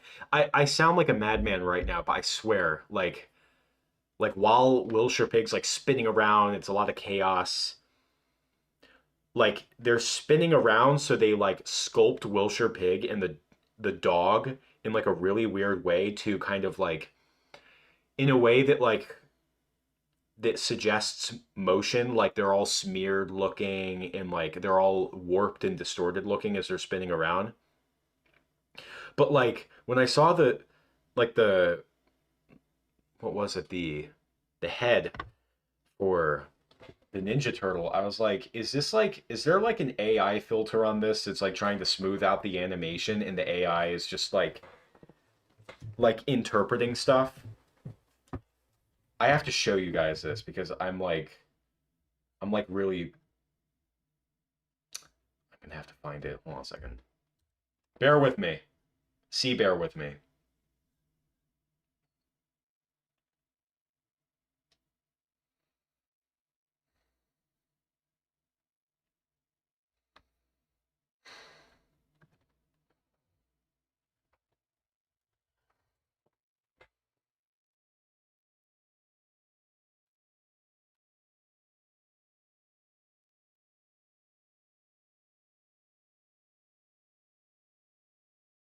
Okay, I'm looking at it now. I don't know which upload it was, if it even matters.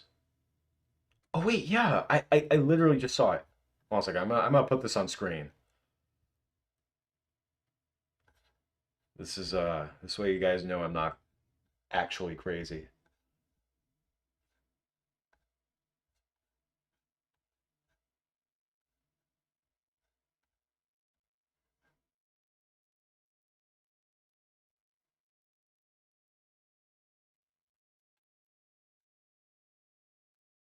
I'm gonna have to slow this down.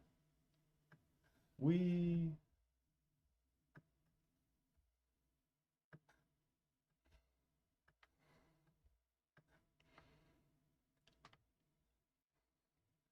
It's easier to just show you this than like try and explain it because there's a lot going on here. All right, so you have Wilshire Pig. He's like trying to pull a carrot. Dog gets pulled in. I love this shot with the drool. It's so funny. I want to do that with the sea bear. It's so disgusting. So he gets attacked. Yeah, he's spinning around.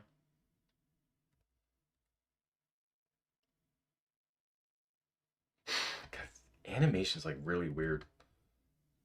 It's like weirdly smooth. I'm gonna show you guys this. I'm gonna slow it down. Oops. Okay, so you have this crazy sculpt right here. You guys see this? You have a crazy sculpt right here. It's like spinning around. Look at that. You see how like the eyes are kind of in a weird spot and the dog, like his head's like barely sculpted and it's all like a mishmash. Not to mention there's like editing going on here and they're spinning it around.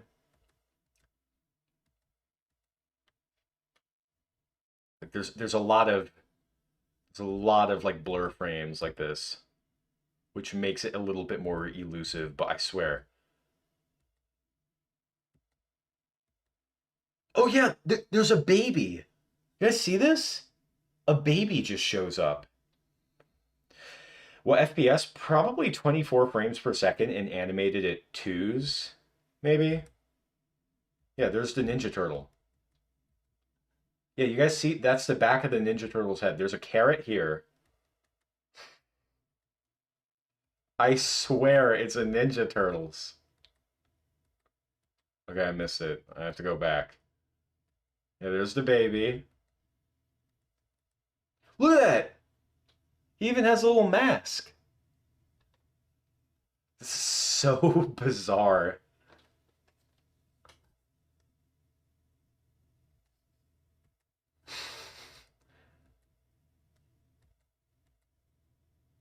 Incredible.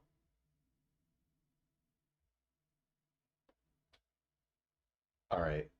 Thank you, Magical Window. You can go away now.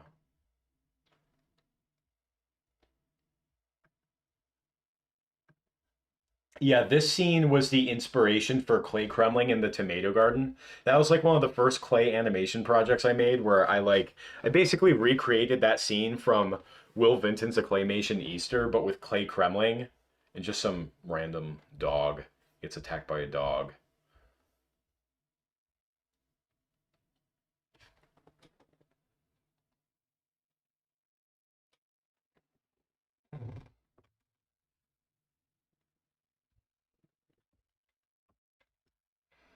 Yeah, wasn't super original, but it was fun to animate.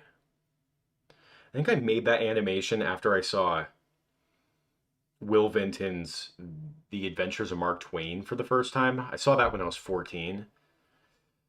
Gosh, how the time flies. That is an amazing, amazing movie. Very misunderstood movie.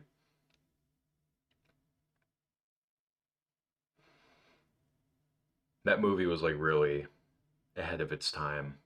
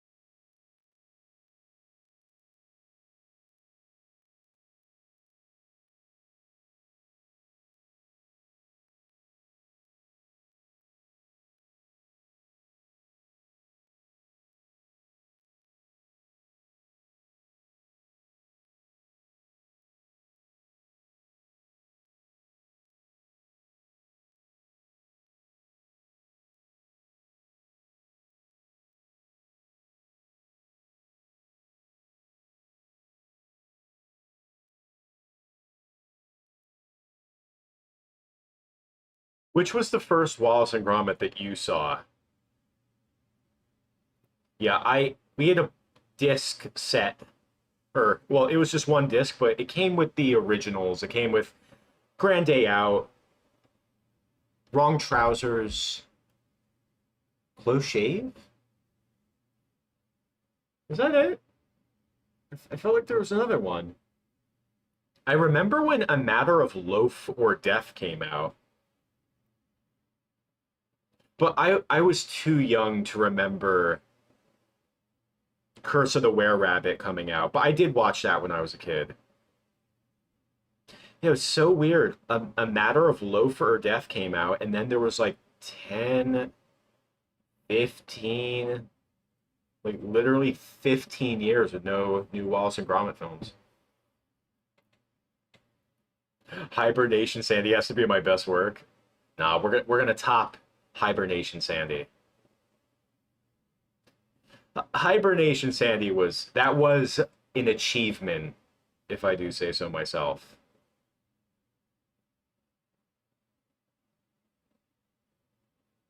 Yeah, what was crazy about Hibernation Sandy was that was when I was still editing on like iMovie. So I didn't have any of these like sophisticated editing tools at my disposal. So I had to like do everything on camera. Aside from those stock like visual effects, like those 2D effects for the action.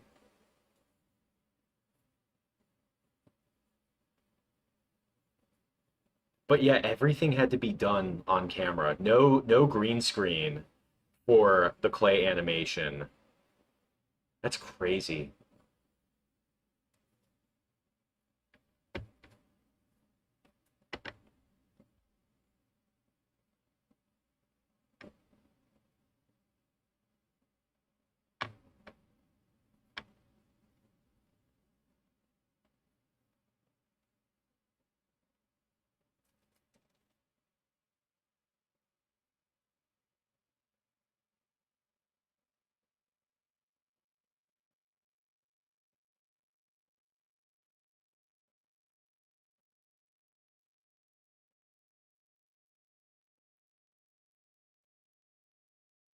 If I did my old stop motions again, what would have be changed the most? Well, for one thing, uh, lighting, because like I didn't really care about lighting when when I was a kid, because like I just wanted to animate stuff. I wanted to make things move, tell stories. But if I had to like just if I had to tweak anything about like if I could just tweak anything about my old animations, it definitely would have been the lighting and preferably also like composition, but lighting I think would have made the biggest impact because I just straight up didn't know how to light certain like I didn't know how to light nighttime, you know?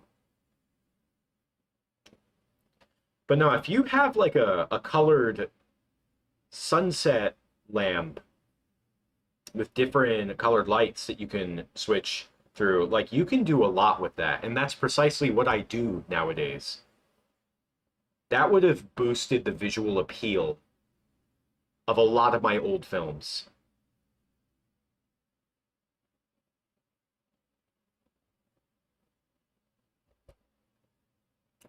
Yeah, I'm trying to think what else like a lot of these things I eventually got to when it comes to things like lighting, composition, camera, like knowing what I'm doing with a camera. But I do wish that I learned more about cameras and lenses earlier on because the first like my gosh, I started filming with a DSLR camera using Dragon Frame in 2017.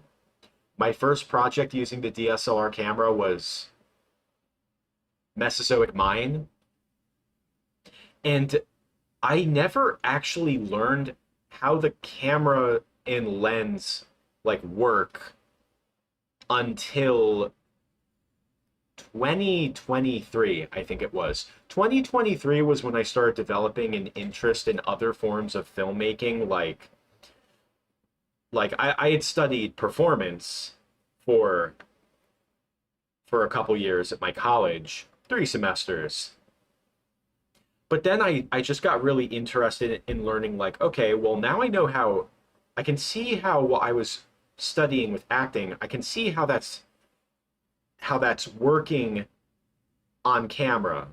I can see how directing is working on camera. Like I can see it in movies and TV shows now. What other things can I learn about filmmaking? So then I was like, okay, well, you're making a film on a camera, right? What's so special about these things?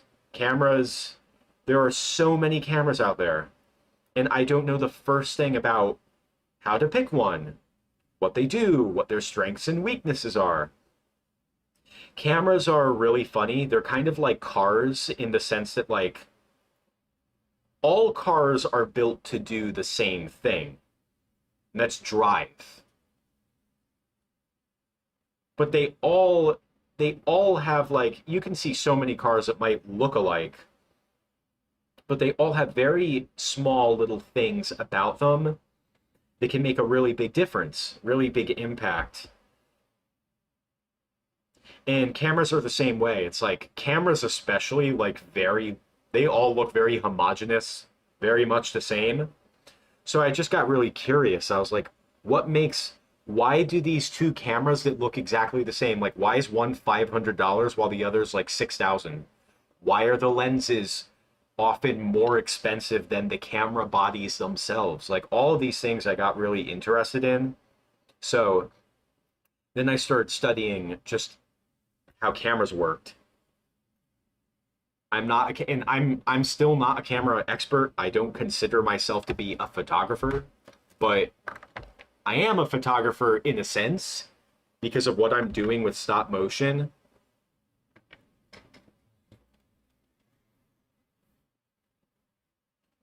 And that's the fun part about filmmaking is that when you're doing it on your own, and I personally find it's easier to do, I find filmmaking easier as a stop motion animator than a live action filmmaker.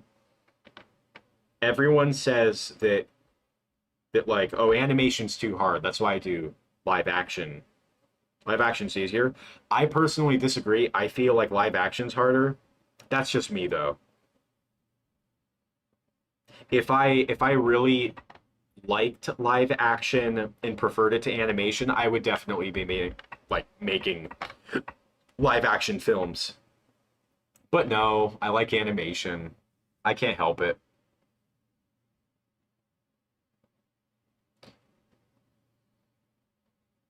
Make the Dutchman clay? I've thought about that. Like, I mean, he has a figure. It's officially licensed. It actually came in the set. That's nice and all, great. But I do I do miss the big, threatening, intimidating Flying Dutchman clay puppet that I had in the original version of Scaredy Pants.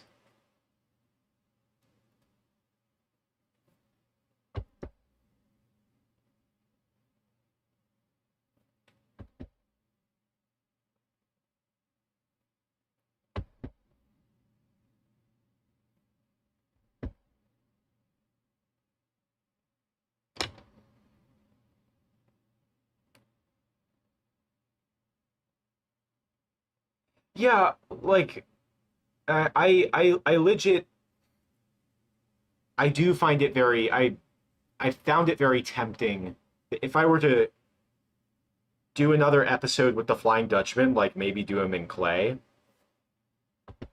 But I would have to figure out how to accomplish that because chances are it might be filmed top down because the Flying Dutchman, especially, like since he's a ghost and he has to, swoop and move. I feel like maybe I could make like a bunch of mouths for him and design a puppet and create like a stop motion conscious design of him. Like it could be done. I'm not saying that it couldn't be done. It could absolutely be done. It would just be deciding how I would want to do it because Flying Dutchman has a lot of dialogue and he has arms, so the animation would be way more detailed. So it's also just acknowledging like how much work do I want to be putting on the Flying Dutchman.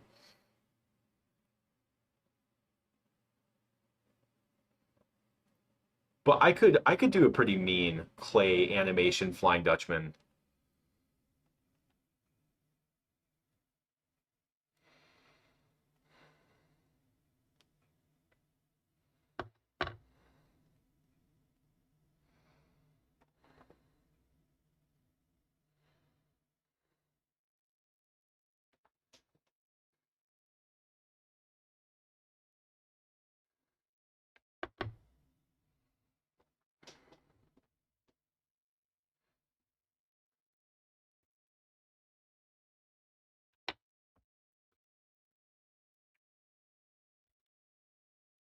Do you guys know when that Lego SpongeBob Flying Dutchman set came out? Did it had it already come out by the time I made Scaredy Pants like back in 2013? That was like the first year I was making videos. Cuz I don't remember when I saw it in stores.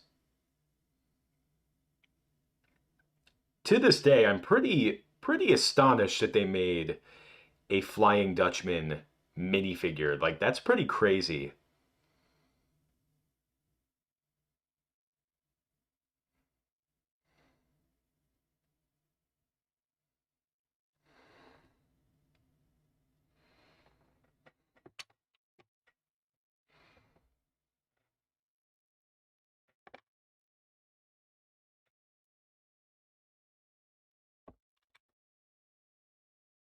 2012?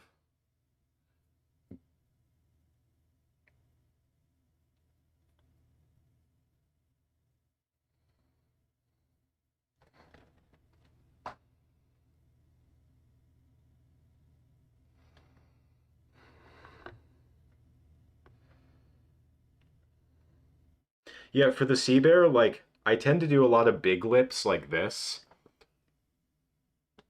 kind of like Mr. Magic lips. Come on. but for the sea bear, it looks kind of goofy. You know what I mean? I don't think it's the right vibe. For Mr. Magic, that works, but not for the sea bear.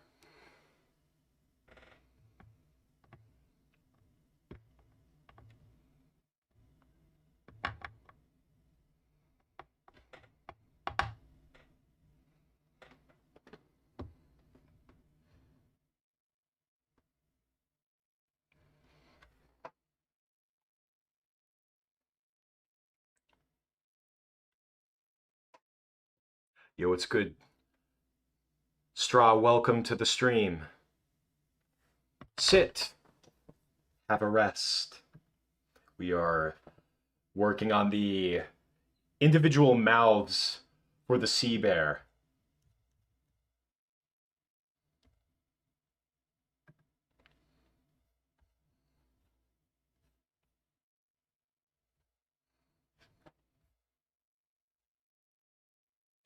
Yeah, fortunately, the sea bear doesn't need too many mouths, but you know, it's a journey. Hope you get better soon. Yeah, hoping to get some filming in very soon once we have these mouths complete. I'm trying to think like how many I need. Because it's just him either roaring or growling, right? And I can like do a lot with this one. I like this one will do a lot. We have a neutral mouth.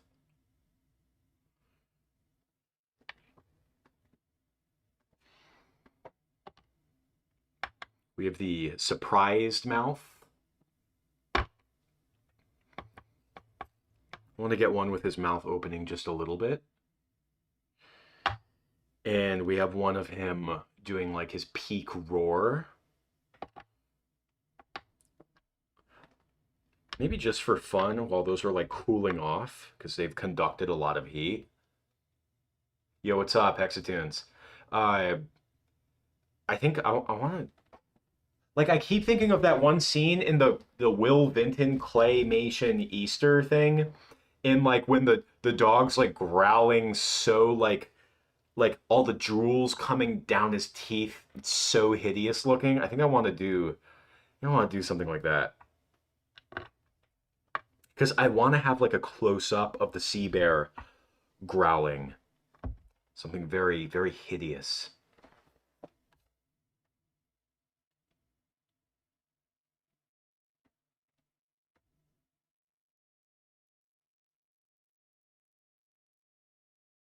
Wait, when that Dutchman is shown, Patrick can still be seen on the roof.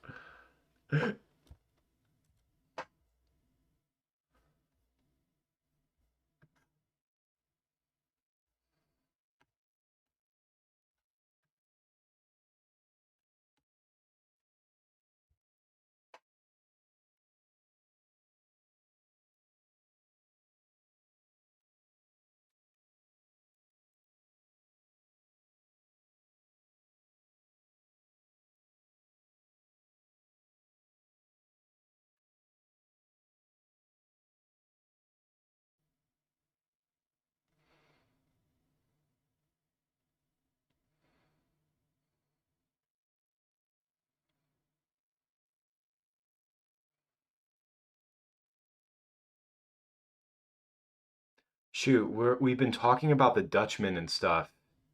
Do you guys like?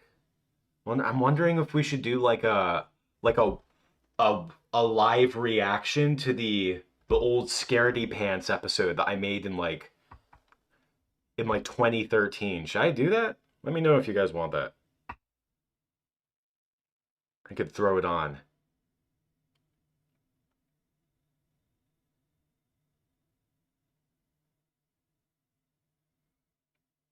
One with the eye poking and the bloodshot. Yeah, I should I want to do something like that with the eyes.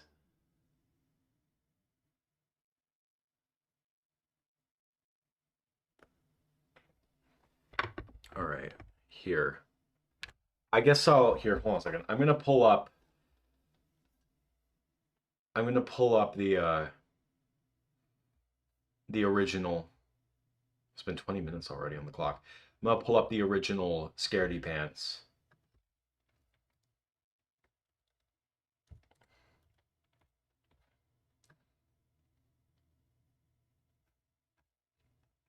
Oh, the one that I made in 2019 has almost a million views. Or well, 846K. The original has over a million views. 12 minutes. All right.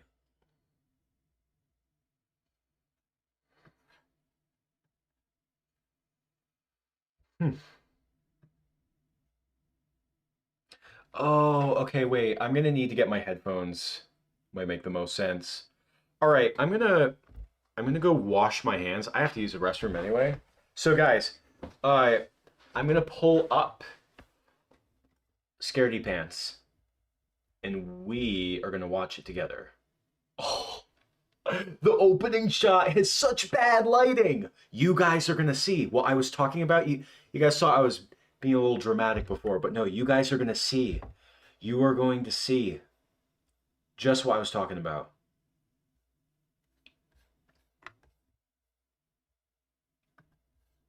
All right, watch out for the jump scare. It's gonna come. Yeah, yeah, yeah.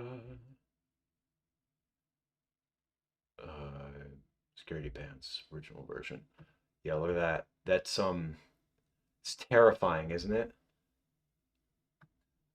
The video quality. I just love that this has over a million views. This is an era of YouTube that no longer exists. Like everything has to have like an insane, like crazy intro. Editing up the wazoo, production value rivaling that of like a $100 million budget Hollywood movie. Like, oh yeah. Yeah, this is gonna be a lesson. This is gonna be a learning experience. I'm gonna put on my professor jacket and I'm gonna show you all the ways not to make an animation. Shout out to me when I was like 11 years old. 12? Yeah, I think 12. Anyway, I'll be right back. Hold on a second. Be right back.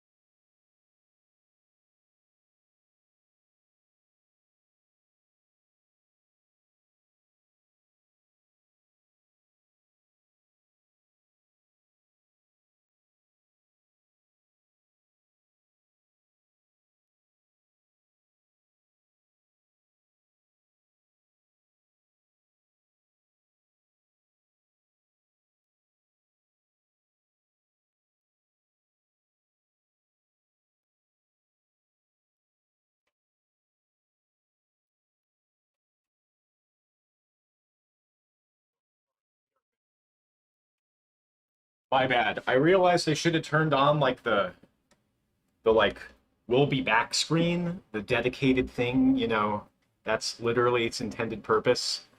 Oh no, I didn't use it. I'm gonna do that. All right, here we go.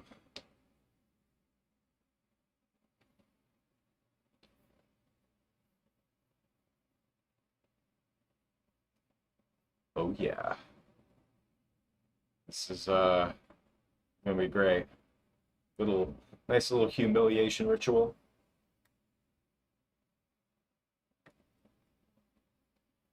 What do I think of the episode Toy Store Doom? That's a pretty funny episode.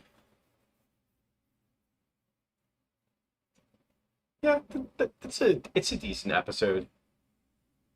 It's just, you know, SpongeBob Patrick being dumb for 10 minutes.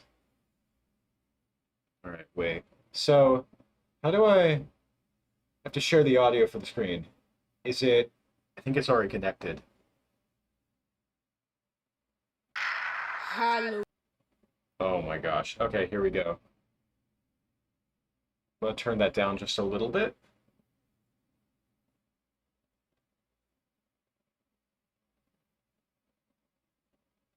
Oh, God, here we go.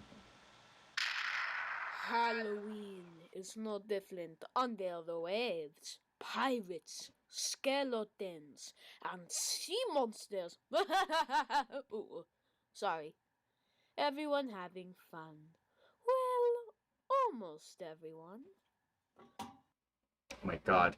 Yeah, okay, so just reiterating, when I was a kid, I was filming with a webcam, but I had absolutely no control over the focus whatsoever. And what I would do is I would hold down the camera buttons and it would take pictures continuously. Yeah, I don't know what I sound like, but I definitely don't sound French. But anyway, so the almost all the time stuff would be out of focus. It wasn't that like I didn't care. It was just like I remember I would always put my hand over the camera and then take it away and hope that it would focus. And if it wouldn't, I would do it again over and over and over, and I would just get so frustrated. It happened a long time.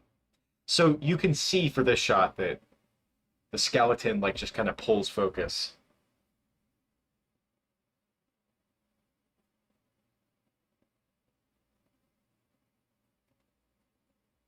How much my voice changed.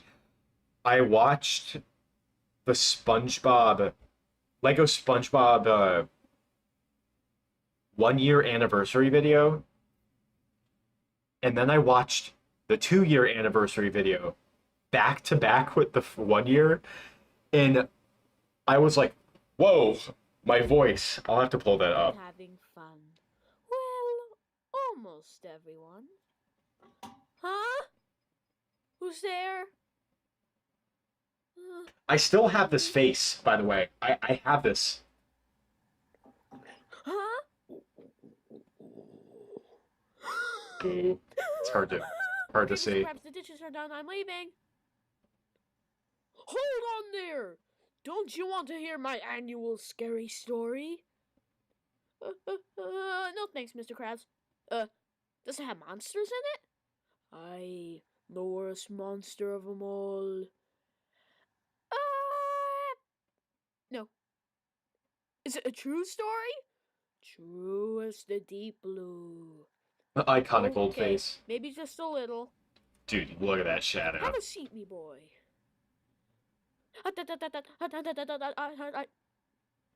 Okay, we got some light. Here, on Halloween night, the Flying Dutchman descends on Bikini Bottom. Music. A pirate ship, just like this, only bigger. Did his ship look like a Krabby Patty? As I was saying, the Flying Dutchman swoops down and starts stealing people's souls. Do souls look like pickles? Aye, as a matter of fact, they do. And he puts them away. I don't have that trash can anymore. No. in his soul bag.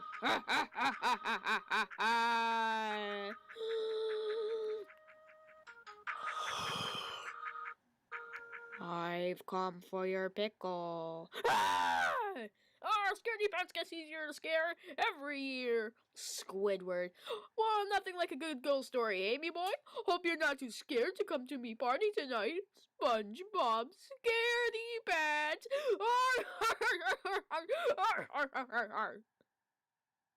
Oh, the old Squidward. So here's the thing, like you can see that I got way uh like out of sync with the footage because I'm recording my lines over the footage. I already captured all the footage. I can't change it. So, Pickle. sorry. Our SpongeBob scaredy uses pants his gets angry easier to face scare every year. prematurely. Squidward. Well, nothing like a good ghost story, Amy boy. Hope you're not too scared to come to me party tonight. SpongeBob scaredy pants.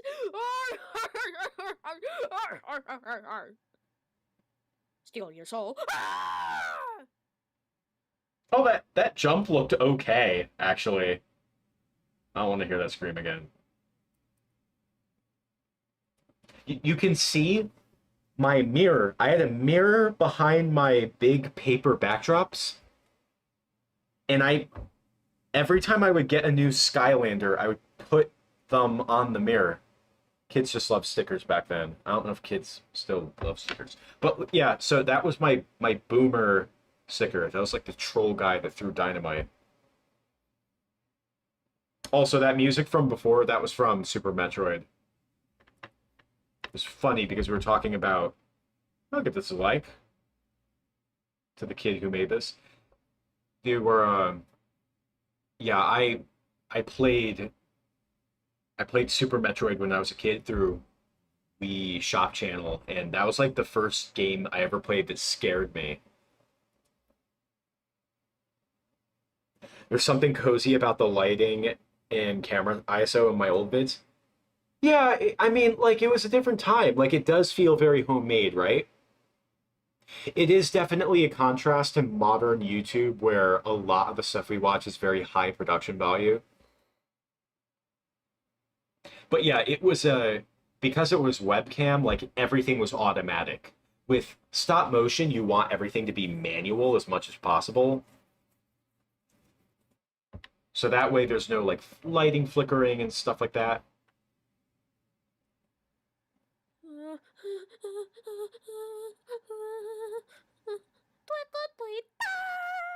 It's okay, son. That's just SpongeBob Scaredy Pants. You you want to re-record that line there, son? No? Okay, son. That's just SpongeBob Scaredy Pants. Okay. All right, we're good. I don't even know if I had the option to re-record lines. Maybe I was just I don't know. I was a kid. I was young and inept. Has my pineapple always been built weird? What do you mean? I I lost the chimney thing for it.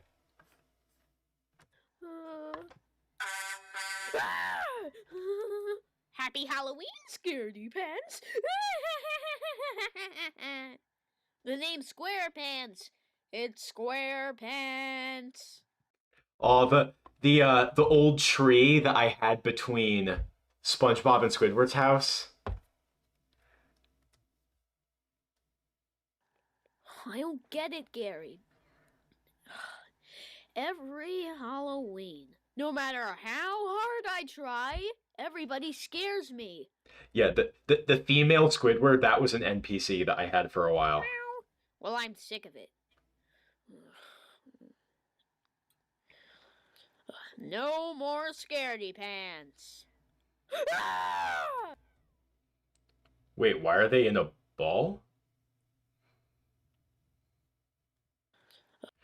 So I was so proud of myself for doing this whole pumpkin thing, like that I was able to do it, like film them inside the pumpkin, just like in the original episode.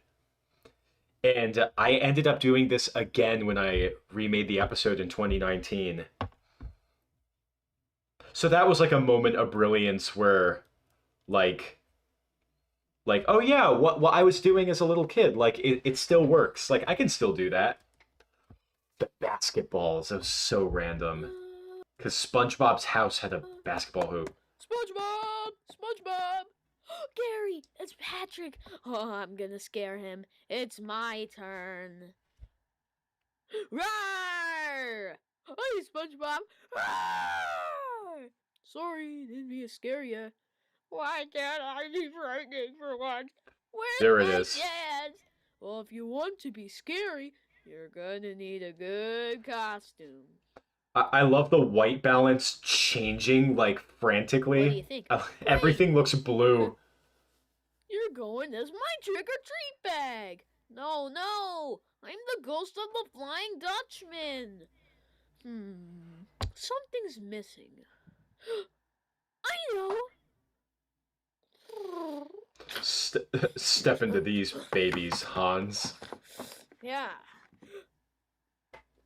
Step into these babies, Hans. My old screams are iconic. Yeah, Terrifying. I concur. I don't know, Patrick. SpongeBob, it's little kids. Little kids are easy to scare. Trick or treat. Rawr, rawr. Look, it's the haunted mattress. Okay, here's your candy. No, please. That was enough of a treat. Thank you. Back when my vocal cords were so different. I don't get it, Patrick. Hey, Why SpongeBob's house moving? SpongeBob, look at my new paper ghost. Oh, scary. That is it, Patrick. What's it? What's the difference between that ghost and me? I forgot about this joke. This is a good episode. It's classic. No, wait, don't tell me, don't tell me. Don't tell me, don't tell me I can do this. I can do this, don't tell me. Don't tell me I can do this. I can do this, don't tell me. Don't tell me, don't tell me. Don't tell me, don't tell me. Okay, tell me. I got a square head, and a real ghost has a round one. All I have to do is make my head round and boo, I'm scary. Like it's cringe, but I gotta give it to 12-year-old me. Like I'm giving it my all. Like I could take that whole sequence and put it in like a Scorsese movie. Okay, And ready, it would SpongeBob? sell. Remember, like this. The random live action. What I was doing was I would hold down the camera button to continuously take frames, and I would move the webcam with my hand, so you get this really weird live action effect. Are you sure you want to do this? Shake me down, make me round. All right, let's get to it. Dramatic close up.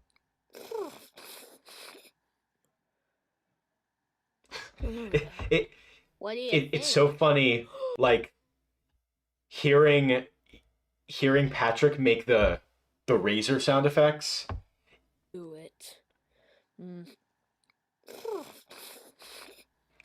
It makes me think of being a kid and like playing Legos with my friends, and we would make the sound effects as we would play with the toys. Can I put my foot up here? No, I can't. Whatever. What do you think? Perfect. Now that's scary. Let's go scare somebody. Ooh, I'm the Flying Dutchman. Ooh, I don't know who I am. Rawr, I'm the Flying Dutchman. Ooh, and I'm the Flying Dutchman's best friend. Hey, don't you kids want your candy? Oh boy, that was something. Your costume really packed a punch. Do you think? No question. You scared the particles off that guy. Who should we scare next? There's a party just full of people down at the Krusty Krab. And the Flying Dutchman's gonna show up uninvited. Here comes someone now.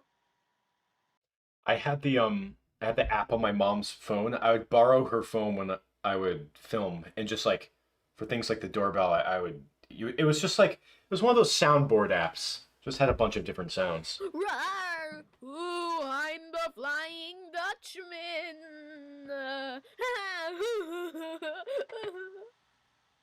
Wasn't that the haunted mattress? Oh my I god. guess he's been demoted into a haunted sleeping bag.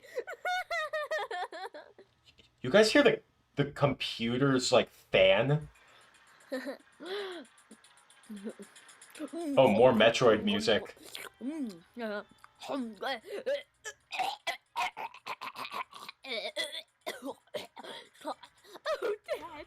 The old Pearl.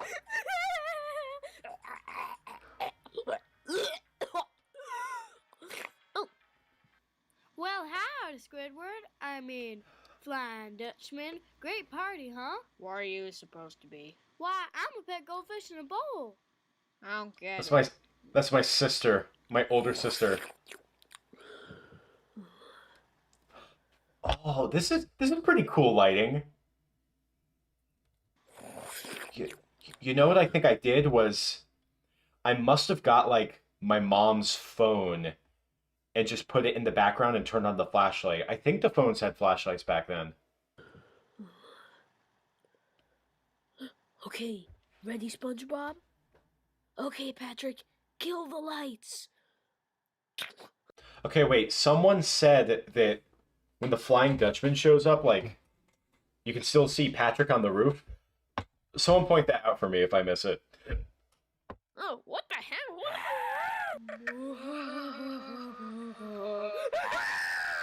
I'm the Flying Dutchman.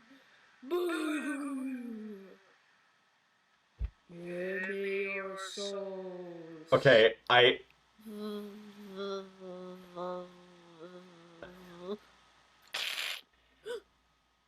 Huh? wait, he said what the hell? Wait, what? I'm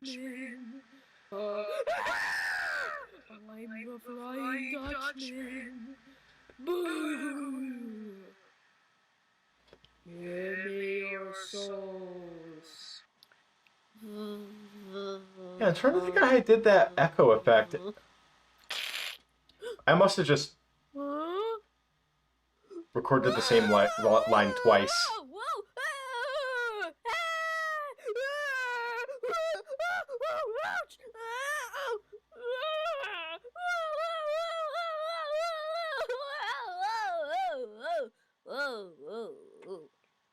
Okay, I take back everything I said before. This video is amazing. Like, I was like kind of sold with the whole like lighting effect up here, but that whole sequence was just great. Wait, when the power went out, you can hear a guy say, "What the hell?" Really? Did I? Okay, ready, SpongeBob? Okay, Patrick, kill the lights. Oh, what the hell? That's so weird. Oh, what the hell?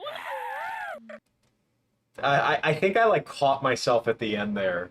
But yeah, that's really funny. I love this shot. I love the light on top.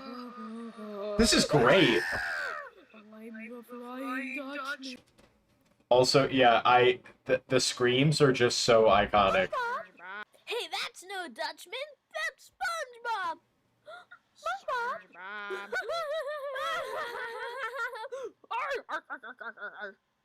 I'm not SpongeBob. Those are my street The clothes. stickers. Flying Dutchman. Flying Dutchman. Flying Dutchman.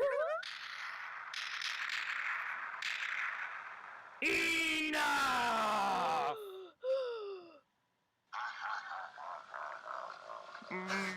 Oh my god, that sound. That was also from the soundboard app. Dutchman. You bet your lily white livers I'm the Flying Dutchman. And I'm let you a little secret. I'm going to steal your soul. Guys, this kid voicing the Flying Dutchman, this is the kid that showed me Baka and Tess. I am not kidding. This is the kid that showed me Baka and Tess. We had a long talk about this the other night. This was him. I'm not kidding. This kid got married like just recently. He had his own YouTube channel at the time dedicated to anime. I mean, it was called, it wasn't dedicated to anime. It was like called anime something with like his initials, but he would post like Lego animations and just show his Legos on the channel. He just, yeah. This was the kid that showed me Baka and Tess because we were friends for like a minute. I remember someone asked me if this was like my older brother because you could hear that he's like clearly older than me. He's probably a couple years older. And I'm let you a little secret. I'm going to steal your soul. Quiet! Oh, I like the mouth. You had it coming, you big crybabies. Every year, people dress like me.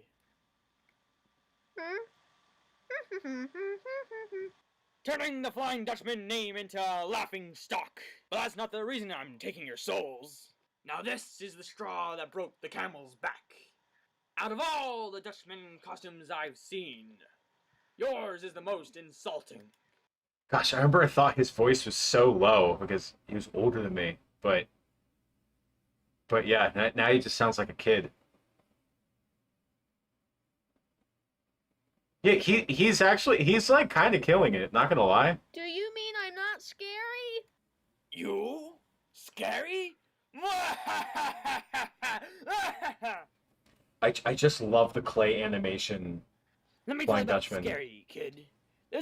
Dude, all the way since the first year on, like my first year on YouTube, there was clay animation. It's been here all along. All kinds of scary things in the world. Spiders are scary, and I'm scary. I think there was like a... Spiders What? are scary, and I'm Uh-huh. scary. What happened there? You're not scary. Okay, let's get this over with. Mwahahahaha! Yeah, I did get someone else for the remake. First, let's get rid of this stupid costume. Oh, what was the scream like? Huh? Ah! Ah! Ah! Ah! Ah! Ah! Ah! Ah! Ah! Hey, what are you? Okay, it's when he's on the I roof. scared him. Ah. Well, he just stays on the roof, right?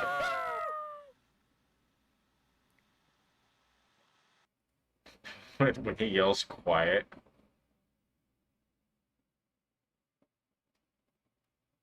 Corso!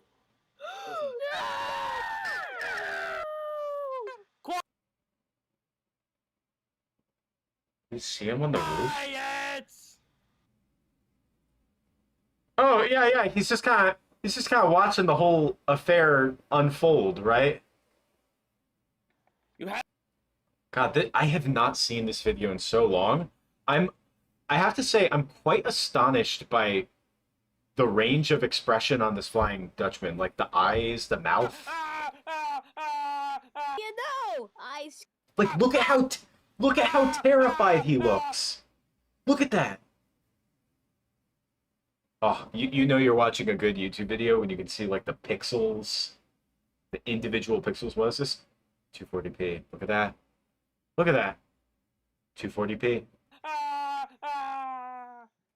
Yeah, this is so stupid. If I started like every project with my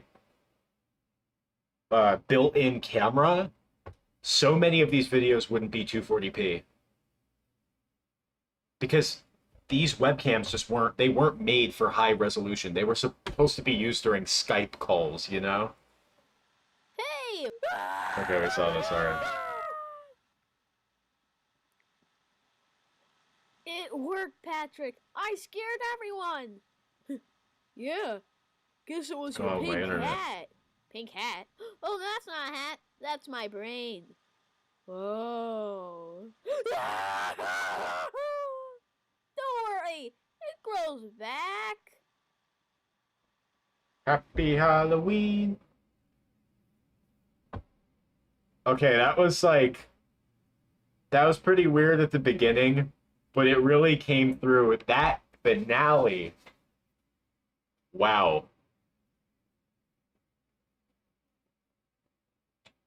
Is there anything like, what about the remake? Rip. Halloween is no different under the waves. Pirates, skeletons, and sea monsters. Oh, sorry. Everyone having fun. Well, Oh, almost everyone. that atrocious, like, I was editing an iMovie, so like we still had the issue where like I was filming at 4:3, some kind of aspect ratios where you would get fitted when you would fit the footage in iMovie. You would get these black bars here, and when you would crop the footage, they would go away. Horrible. Huh? Who's there?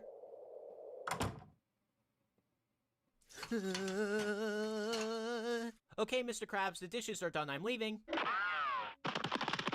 Hold on. Don't you want to hear me annual scary story?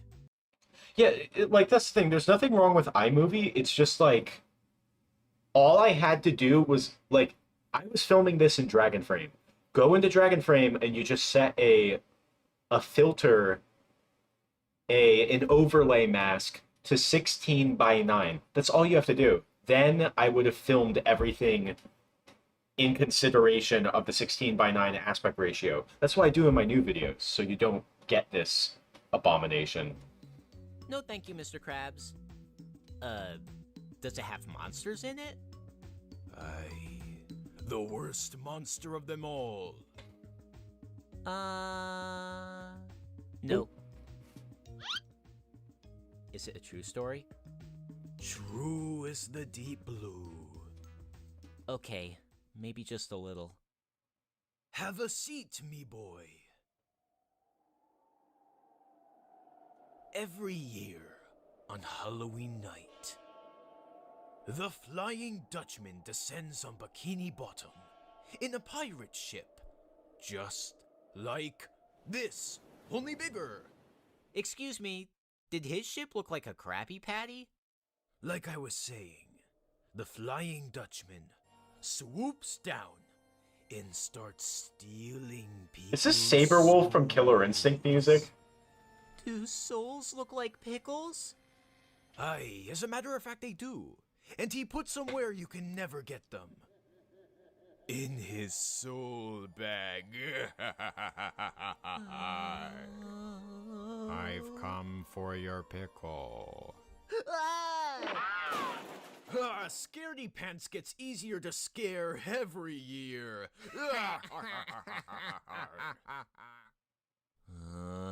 Squidward. Nothing like a good ghost story, eh, me boy? Hope you're not too scared to come to me party tonight.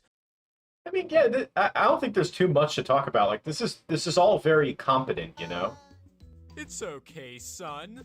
That's just SpongeBob Scaredy Pants.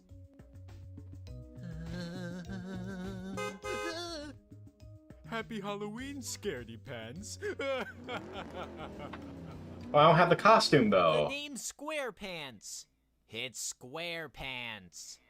Oh, and then I bring back the pumpkin bit. I don't get it, Gary. Yeah, the exact same technique that I did, what was it, 6 years ago at the time? Because I made this 2019. Previous one was 2013. All right, get this. So the amount of time that has elapsed between this version and the original version We're at more time now. It's been coming up on 7 years since I made this. Why is Gary still orange? Because I just used the original Gary. I knew that when I got the pink Gary, I wanted to use it for Snelly. When I did Great Every Snail Race. Halloween, no matter how hard I try, everybody scares me. No. Well, I'm sick of it. That's so weird. No more scaredy pants. Ah! SpongeBob! Oh, gosh, I love seeing the camera in focus. Look at that. We got HD quality like it's the, 21st century. Gary, it's Patrick. Oh, I'm going to scare him. It's my turn. That was enough. Yeah, it's just like, now that I have the colored lights, I'm able to do so much. I have way more range with what I can do. Because back then, the only thing I could do for nighttime lighting was just not light it as much, Dutchman. Ooh, I don't know who I am. I forgot about the Jar Jar head. Rar, rar. I'm the Flying Dutchman. Yeah, it's so different from the original. I'm the Flying Dutchman's best friend. Hey, don't you kids want your candy? Oh boy, that was something. Wait, this is the hospital. Oh, so I Your did have it. costume really packed a punch. Do you think? Oh, no question. You scared the barnacles off that guy. Who should we scare next? There's a whole party just full of people down at the Krusty Krab. And the Flying Dutchman's gonna show up. I can't believe the Jar Jar head. Oh, here comes someone now. Rar, rar. Ooh, Like how they're I'm actually the Flying creepy looking. Dutchman.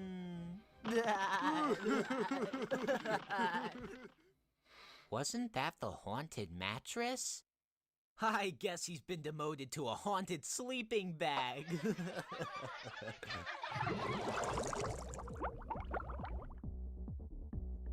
Oh, I actually have like party music. Oh, Dad, you're embarrassing me again. There's a green light. I don't know where it's coming from though. Howdy, Squidward. Flying Dutchman. Great party, huh? What are you supposed to be? Why, I'm a pet goldfish in a bowl. I don't get it. The rock solid Conquers Bad Fur Day Are music. you ready, SpongeBob? Okay, Patrick, kill the lights.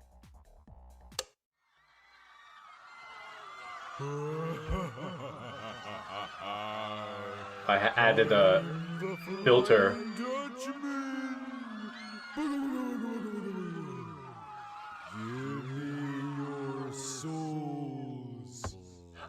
Why a pie instead of the apple? I guess I just couldn't find an apple. I don't think I have a Lego apple anymore. I used to have one.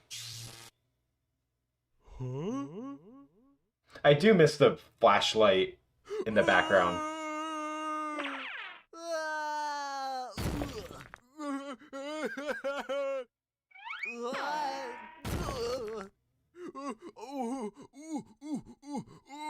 Ouch!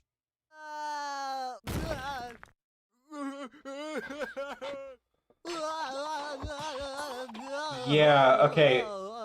So the reason that he's on the floor... Oh, this is gonna be weird because he's gonna flip. Yeah, because back then I just didn't have the editing skills to make him look like he's suspended in midair. Because keep in mind, in the old program, I could just I could capture those super compressed images and dangle him by the string, but I couldn't do that because every single picture has to, the camera shutter has to open up, has to close, all that stuff. So I couldn't do that same process again for this video as I did with the old one. Hey, that's no Dutchman. That's SpongeBob. SpongeBob? Yeah, I've just picked up more skills since then. Let me tell you, I resisted for the longest time learning how to do like uh masking out rigs and stuff like that. I procrastinated that for the longest time. Help! Help! I am not SpongeBob. Those are my street clothes. Do I still use the will for Pearl? Yeah, but I feel like I could make a better like custom Lego Pearl because the Lego Pearl, the Duplo whale is just too big and cumbersome, to be honest. It's like way too big.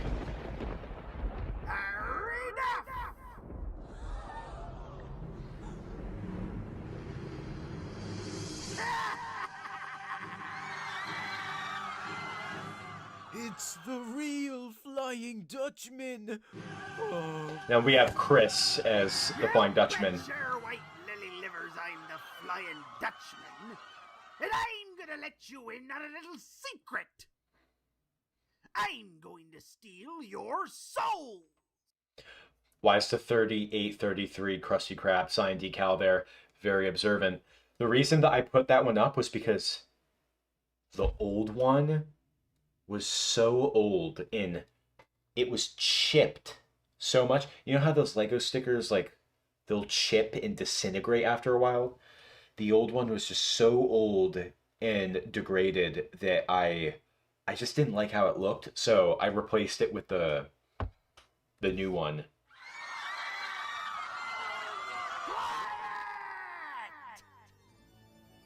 You had it coming, you little crybabies. Every year, people dressing up like me. I don't know where the green light is coming from. I think I had like a lens filter that I put over a light. But the reason I think it's that is because like there is a green tint. It's not very strong though, you know? I think it must have been that. I don't have these lens filters anymore. Turning the Flying Dutchman name into a laughing stock. But that's not the reason I'm taking your souls. No. This is the straw that broke the camel's back. Out of all the Flying Dutchman costumes I've seen, yours is the most insulting.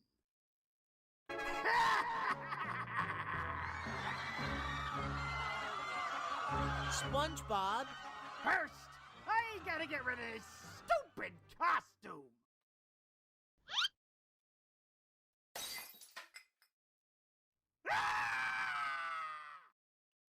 Yeah, I got my buddy Chris. He's a guy that I collaborated with in the Clay Kremling days. Really talented guy, amazing puppeteer, great voice actor, great musician, great singer, really talented guy. We made Sal the Christmas Krampus together in 2017 because good old 16-year-old me, I was just thirsting to do another extravagant clay animation project after Jasper in a Jam, which was like the biggest project I ever made at the time with clay animation. Hey, what do you know? I scared him.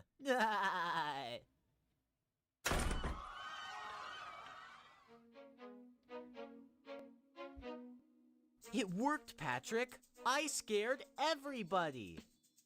Yeah, I guess it was your pink hat. Pink hat? Oh, that's not a hat. That's my brain. Oh.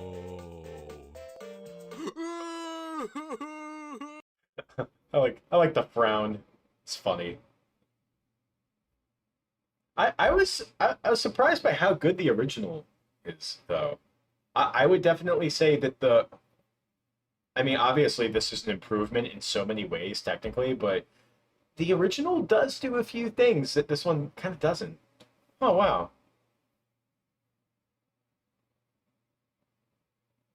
Atlanta Square Panther Square off the music.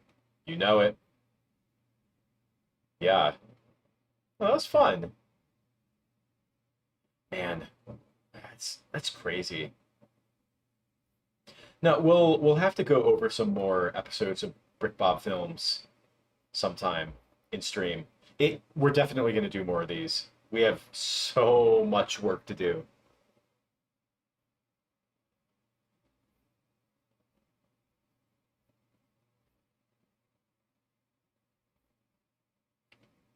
I'll turn that clock back on. Play should be cool enough to work with. I have like these old heaters where the things fall off constantly.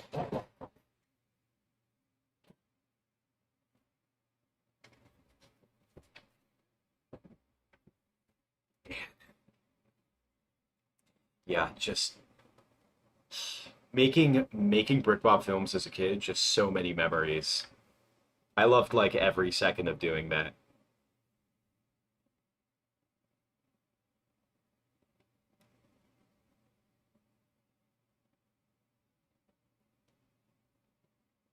But it did get hard sometimes when it was like, oh well, because like it was like my job. Like I had a show to put out to an audience that was waiting. It was a lot for a young kid as a kid.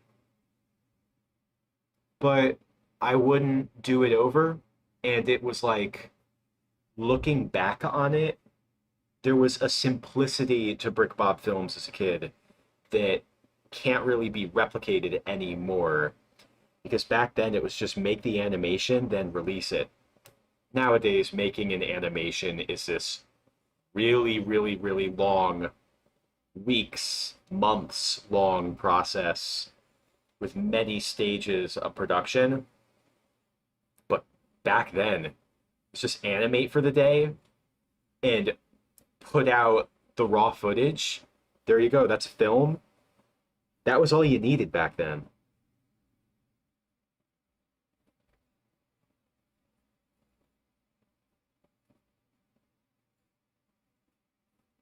Yeah, that it was a special time for YouTube.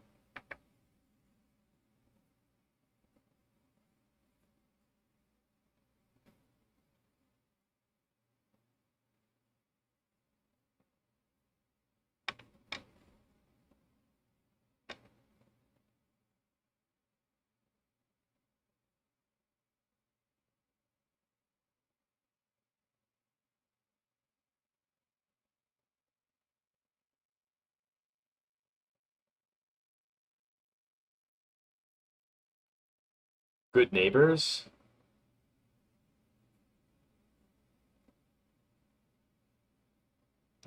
Looks like Burger Motion's up to the task.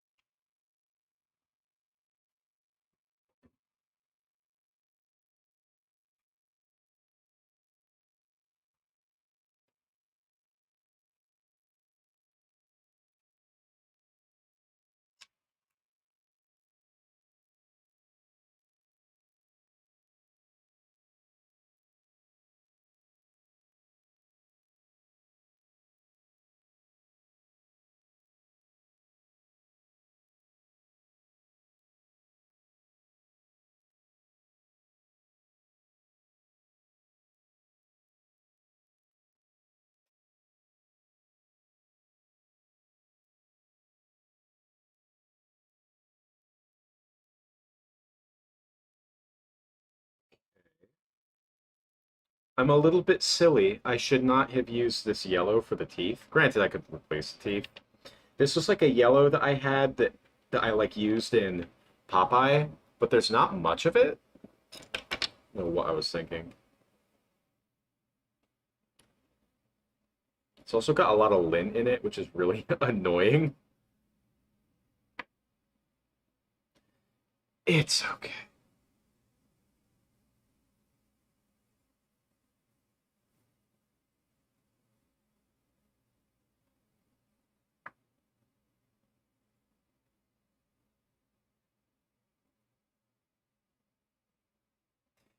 Yeah, I've been I've been thinking of like Lolo the Lucky Clown because I made those studies with him and stuff like that. I because I was working on a demo reel to send to Leica earlier this year. So what I did was I took the clown character from my 2025 demo reel. It was that clown head on the armature body. And I was like, why don't I make this guy into a character? So I kind of reimagined him and then fabricated him completely to make him look like a character from a show. And he animated very well for those studies. What's going on? Make a short, like, original story and just animate it. Do something silly with him. Let him be a clown. Let him try, fail, succeed.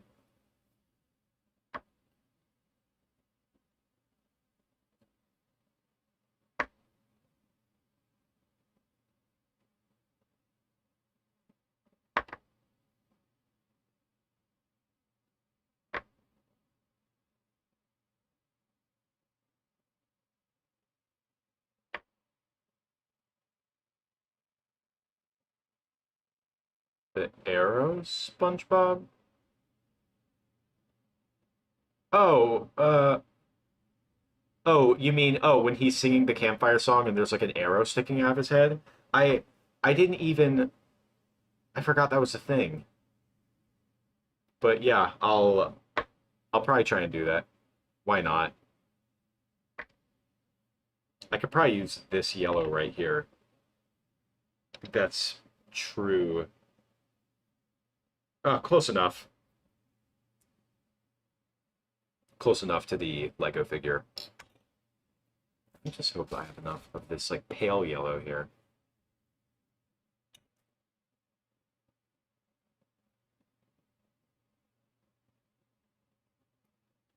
I'm good at drawing sea bears, well thank you. I am not an illustrator.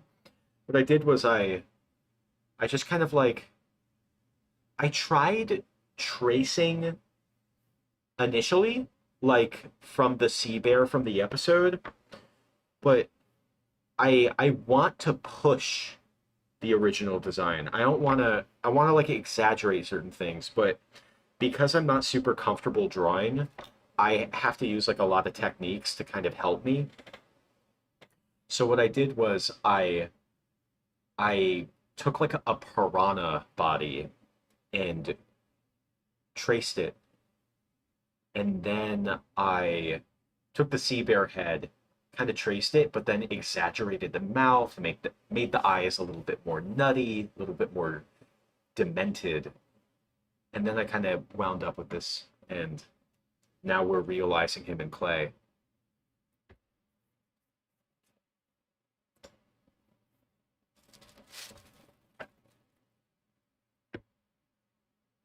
All right, now this is really annoying because before we can put in the teeth, I have to put in like the red for the mouth, which is a pain because red is red.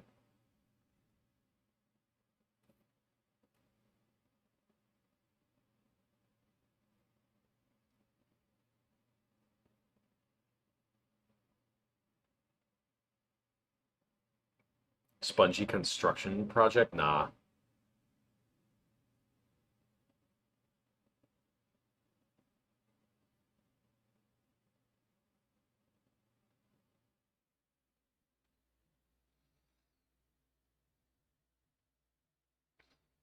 Thank you for your saying so. the realism in cartoon. Yeah, well, you know what? So the first stream that I worked on the sea bear body, just like before we had any of this, I just tried making the body. I was trying too much to make it look like the original cartoon. I was really trying to stay true to the original SpongeBob cartoon, and it just wasn't really turning out that well. So I was like, okay, I need to take a step. I need to take a few days and just dwell on this and figure out, okay, what can I do to keep the spirit of the original design, of course, but adapt it to my art style. I don't know how loud I'm talking. Also hear the rain.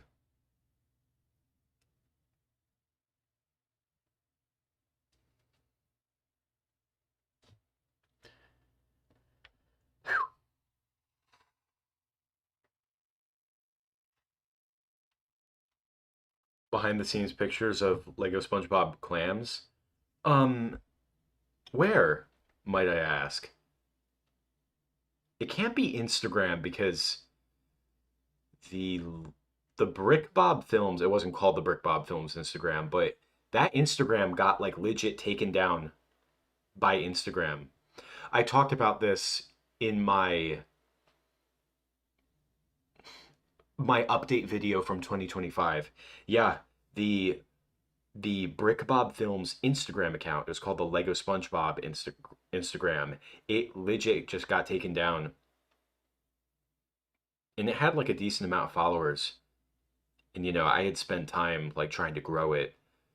It was an old account. But yeah, I it sucked to have it taken down, but it was also very much a wake-up call where I was like, yeah, this is I need a dedicated Instagram account and Twitter account and Patreon account for like separating me, like divorcing me from my work. Like, no, like I'm the guy who's making these videos, right? I spent so many years just like trying to build out BrickBob Films to be this separate thing for me. Because at the time, I just didn't know how I could overlap my BrickBob Films audience with me. I mean, as you all know, it was called Lego SpongeBob for over 10 years. But rebranding the channel to BrickBob Films, that was a way for me to kind of take more license in like over the channel.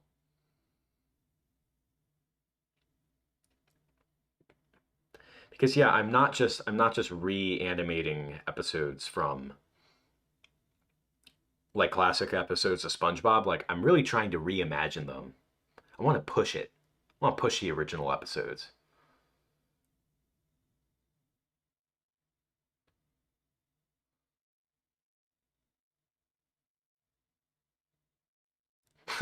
Listen, pardon my language from Putt Putt. I don't even remember that.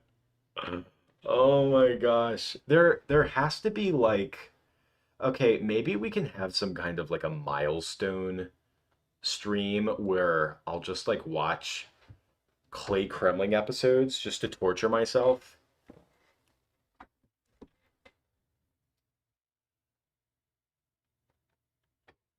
Yeah, Clay Kremling, like, here's the thing. I'm not planning on taking down the episodes of Clay Kremling. Like, no, no. Even if I did, like, people are just going to re-upload them. Like, I'm a big believer, you know, what goes on the internet, it's going to stay on the internet.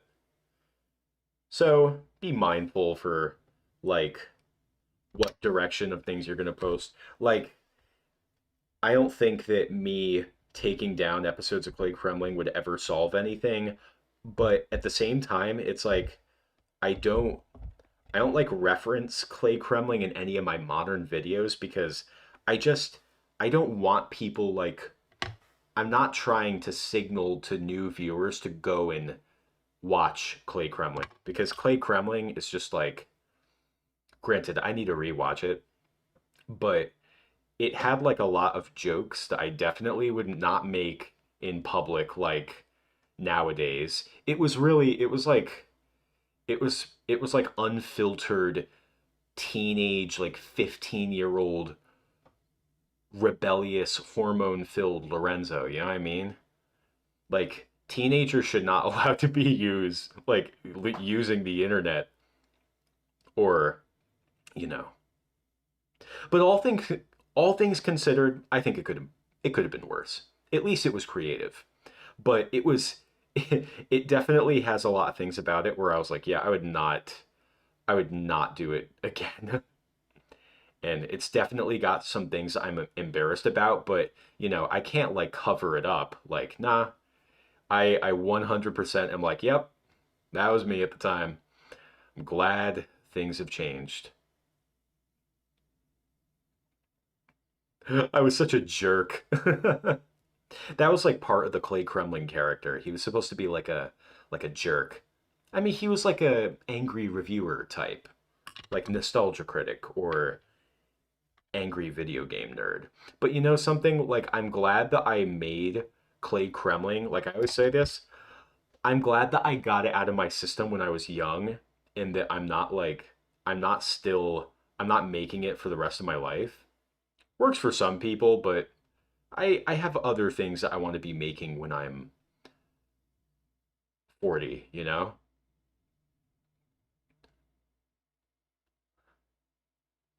Like if I'm still making animated films at age 40, like, hopefully I am, I want to be I want to be doing other stuff. Like that's it, like making animated films.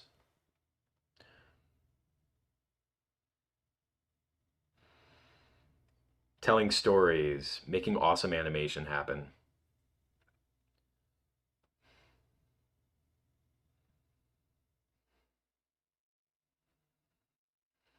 Making a movie isn't the be all end all of being a YouTuber. Like those are two completely different art forms.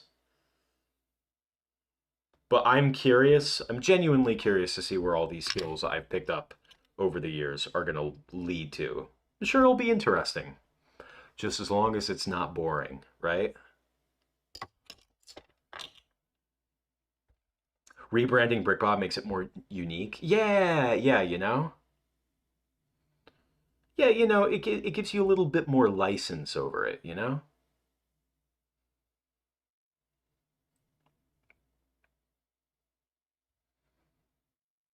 Favorite voice actor?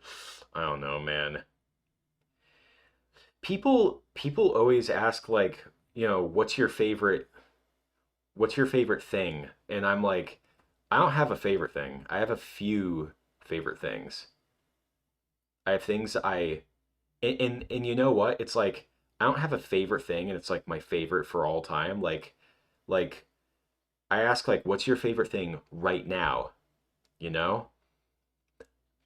A few months ago it was Uncut Gems. That was like my favorite movie.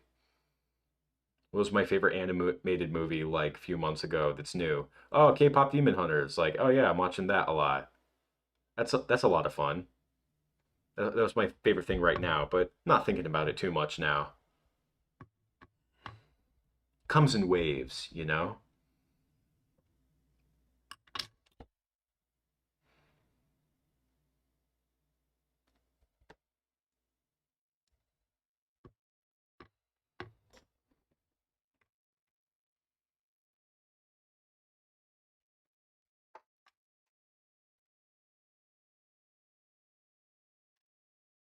Rock Bottom.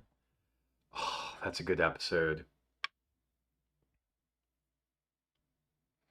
Do I have any tips? I mean, I I mean like whatever you do, I'm sure it's gonna be awesome. I I would say have fun with it. Get experimental. Have fun with lighting and crafting the abyss. When they go to rock bottom, like make the abyss look like crazy. Like give the give your interpretation of the abyss. get cardboard, paint the pieces of cardboard, crumple up paper and like scatter them around, put like glitter on stuff if you will. I personally don't like glitter, it scares me. But get build put lights into the set, like, go wild with it, have fun with it. I would say though, like for pre-production, like because it's such a intensive episode, especially with like the bus scene, the timing's really important. So make sure you edit the audio beforehand and tighten the timing of it, because then that'll save you a lot of headache with the animating. You can just animate along to it.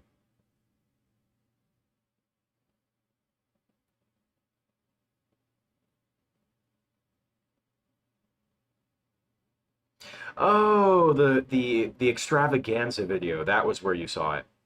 Oh yeah, I also wanted to revisit the Sleepy Time episodes I made. I I made one. It was like one of the first Lego SpongeBob episodes I ever made. Then I remade it in 2016. But I wanted to look at the clay animation plankton, you know?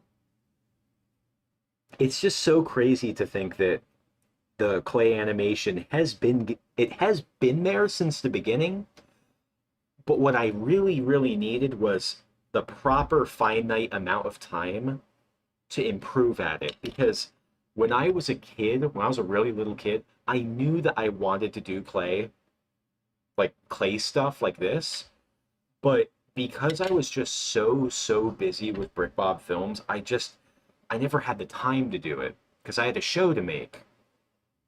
I had an audience that was waiting for, next episodes and stuff. So I just really needed to distance myself from BrickBob Films for a few years. And when I came back, I just learned so much. My sideburns remind you of SpongeBob with the hat. Yeah, I grew these so I could feel like an adult, a mature adult. I have grown up.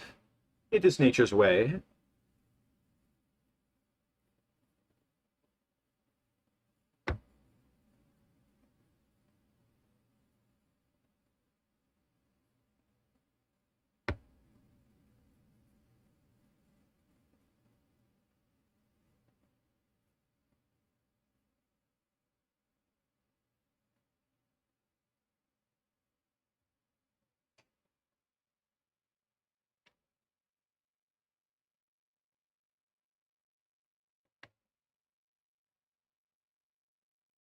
Yeah, I remember posting like behind the scenes pictures on the Lego SpongeBob BrickBob Films Instagram at the time, building hype for the new episodes. It's a shame those got taken down. I probably have the picture somewhere though.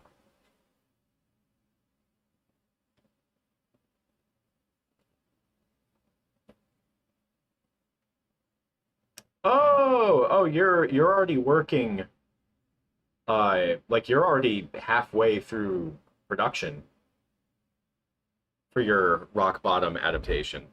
That's sweet though. Well, best of luck.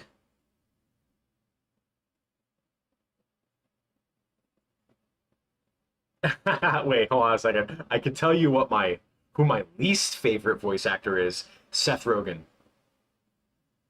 Aquafina also sucks, but like, even though Aquafina is in way too much stuff, I just like I can't. I'm blown away by how much work Seth Rogen gets as a voice actor. Calling him a voice actor is like not even appropriate, I don't think. That's like that term is just not right.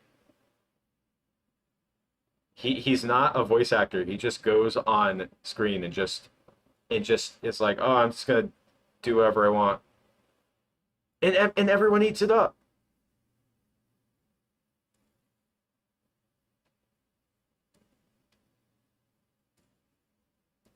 Oh, so right now what I'm doing is I'm kind of revisiting some like childhood animations and like just trying to I've tried to develop more of an open mind and like discovering like new animations and stuff, but I've also been revisiting some old things.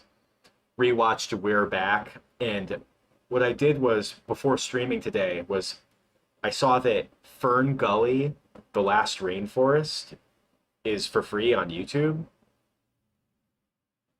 So I started watching it. I love that movie when I was a kid. You know, that was great. Good music, good animation, good story, perfect runtime. And Robin Williams as the Bat was so good. So here's the thing, when I was growing up, I didn't have a VHS copy of Aladdin. Yeah, I didn't have a VHS copy of Aladdin. Or we didn't have it on DVD either. We just Aladdin was just one of those Disney movies that we didn't have when I was a kid. So I never got to grow up with like the genie from Aladdin, the Robin Williams genie. But like Robin Williams is just so amazing as the genie. Because of course I did eventually see it, but I'm watching Fern Gully and I'm watching Batty move around and talk, hearing Robin Williams do his thing, and I'm just like, oh well, you know what? I may not have had the genie from Aladdin, but I did have Batty from Fern Gully, which is like kind of the same thing. Very brilliant voice actor, actor, period, but very brilliant voice actor. And oh my god, Tim Curry as Texas, literally the best part of the whole movie. Like, I mean, I still need to finish watching it, but I already know Tim Curry as Hexus. Tim Curry just had such a good voice. It's so good. Really, really good voice. He was an actor that I like didn't really know about when I was a kid, but but when I look back and see like the stuff that Tim Curry did, like I'm like, oh yeah, he I've heard his voice. I remember him as Mr. Solomoni from the Eloise movies.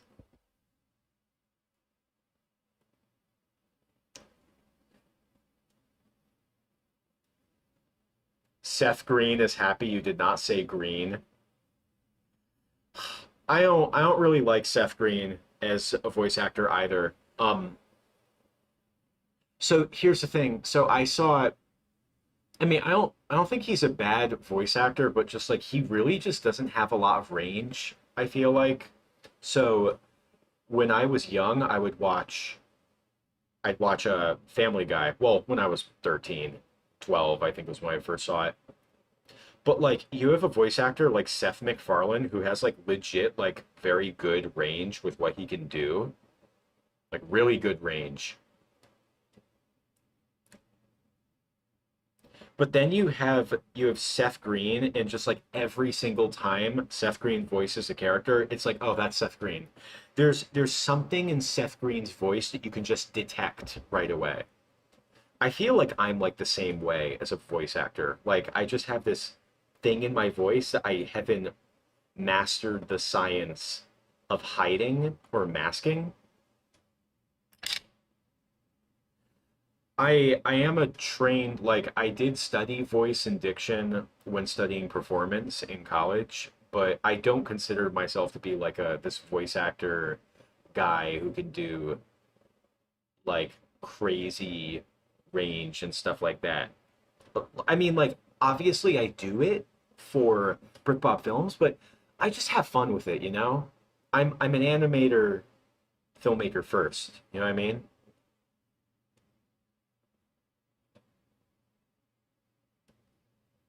My speaking voice, I've like so when I was doing acting more and doing like theater, television, radio stuff, people liked my voice because they said that I had a radio voice.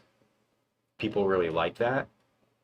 So I've done professional work on that front, combination of professional and stuff, but I'm not to me it's more of like a skill that I've picked up along the way, you know?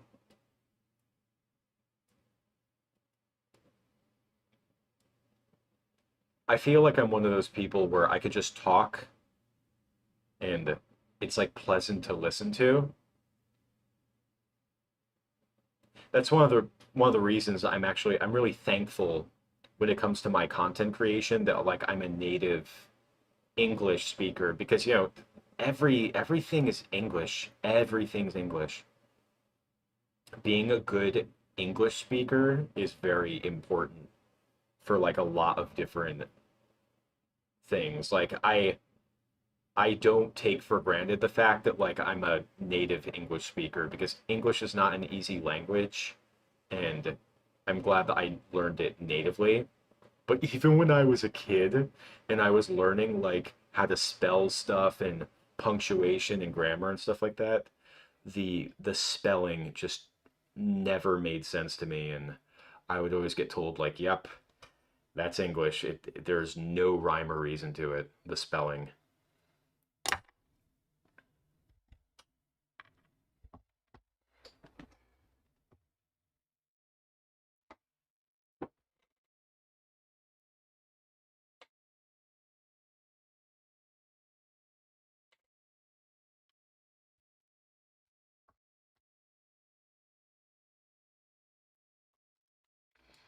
Oh, you just made Can You Spare Time? Got 2K views? Congrats, man.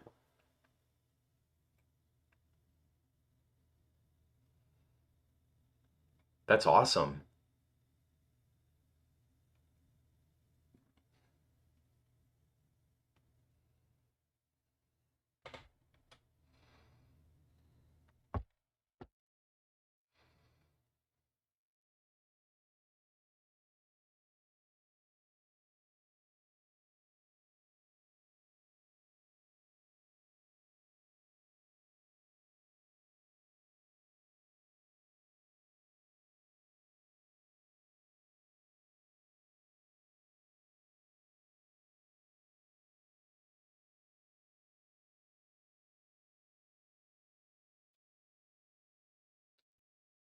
Wait, the Lego SpongeBob Bikini Bottom flood?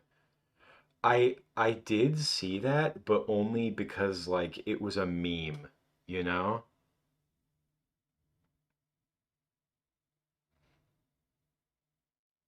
Yeah, that video is like a meme. Hey, look, the kid that made that was doing something right. It's so funny just like looking at the like just earlier when we were watching Scaredy Pants that I made in 2013. Granted, I don't even remember what like production values were like on YouTube. Things were still more homemade, but like the production value of that, it reminds me of like the Clay World episodes I would watch as a kid, the ones that were re-uploaded from like Newgrounds and stuff.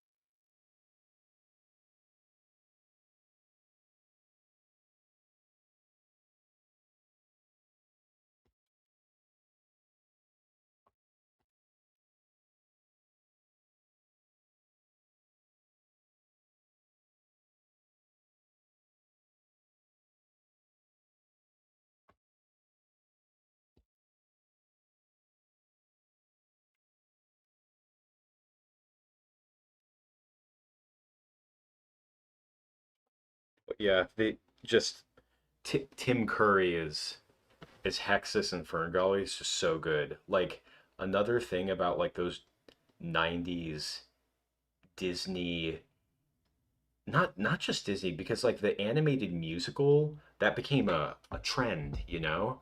You also had Fox which had Anastasia, you had Christopher Lloyd as Rasputin. That was another great performance.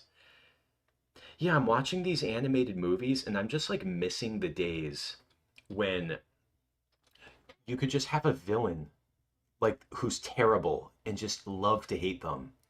That's something that I really miss a lot because, now we live in this age where like it's like, oh, but the villain, he's a villain, but they also have a good side, and they also like, they there's a reason that they're like this. Like, it's fine to have more three-dimensional characters, but I do miss like, please just give me a villain that I can love to hate. Give me like I remember when Princess and the Frog came out, and you had Dr. Facilier, who was like such a great like traditional 90s Disney musical, animated musical villain. And he got to have that awesome song, Friends on the Other Side. It's just so great. Yeah, Hexus, Toxic Love. And just recently I saw Cats Don't Dance. Never seen that before. Never, barely, I never heard anyone talk about it growing up. But I saw it for the first time recently. I can confidently say that I would have enjoyed that as a kid. That would have been fun. That would have been like another We're Back. We're Back is good, but the villain doesn't have a song, unfortunately, in that film. But oh my god, the villain in Cats Don't Dance is amazing. Darla Dimple, and her song is great too. Big and Loud. I just keep rewatching Cats Don't Dance and like looking at all like the things that the animators are doing with like every single shot is just packed with personality.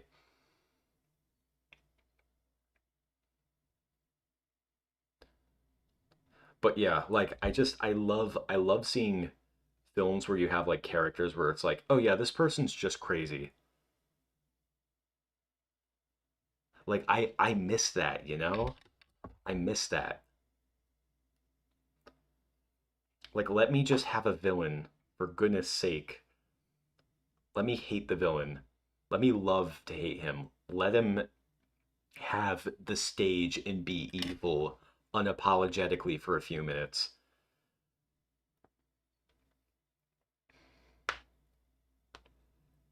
Azula in Last Airbender, I remember she was so mean. She was so mean. Granted, I still need to rewatch Last Airbender because it's been a few years. Watched it during COVID. But Azula, I remember her being very like deliciously evil.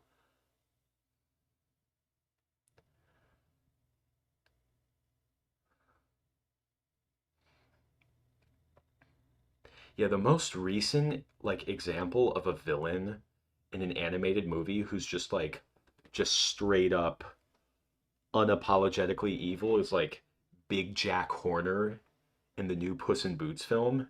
He's so great.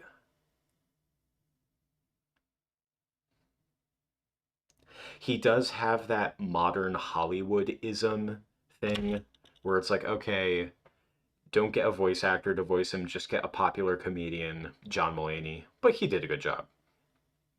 But yeah, just like you have those scenes where like Jim, not Jiminy Cricket is like trying to find like a redeemable side of him, and Big Jack Horner's just like, I want all the magic in the world so I can destroy the planet and no one else can have any. Is that too much to ask? I love that so much.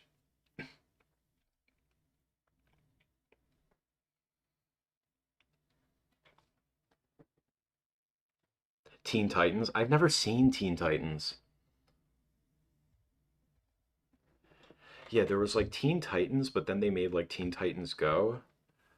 I just remember people like talking about like when I was, a teenager on YouTube, people would talk about how Teen Titans Go was cringe. There were all these videos talking about how cringe it was. I think my little sister saw Teen Titans Go to the movies, though. She might have. Did I watch the new in quotation mark SpongeBob movie? Sponge on the. We're not talking about that. Search for SquarePants. Yeah, I saw it. Me and my friend watched it at home, not in theaters. I did eat the Burger King meal though. Yeah, I've already talked about it. It's like it's okay. I'm aware that like people are going to be asking about my opinions on the SpongeBob movies like all the time. Like it's fine. But yeah, I was thinking that I was home free after I made the the YouTube video talking about all the SpongeBob movies.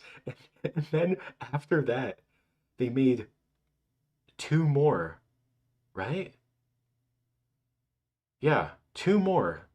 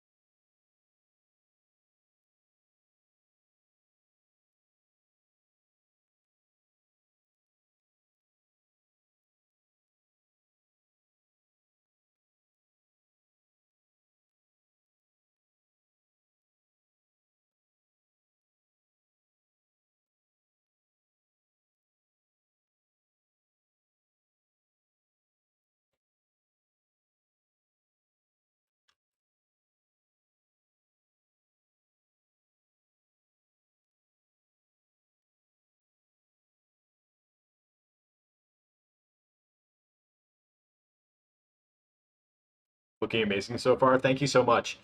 We mouths are coming along. I just need to make this one. And I think we should be okay. Probably make a few eyes. I am pretty tired, but it's chilling. I just want to see, before I put in the red for the mouth, I just want to see how the teeth are going to look. Just making sure we're in the right ballpark.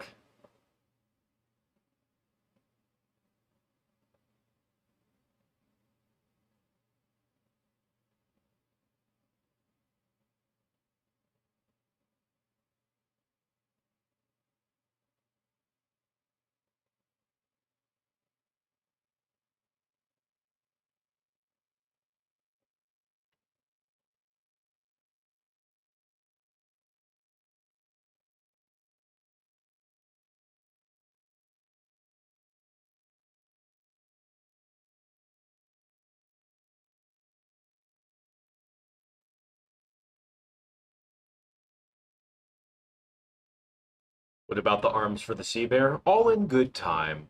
The arms are going to be the easiest part. It's just going to be green clay, honestly. Like, yeah, just green clay, really. What really needs the detail are the mouths.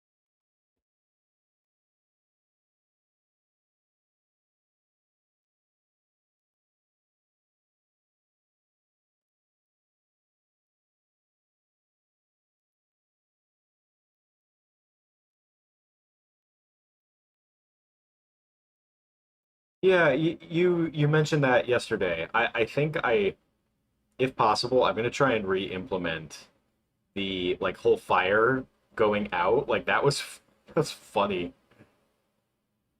That was like a little thing that like that was a spark of 13-year-old me genius.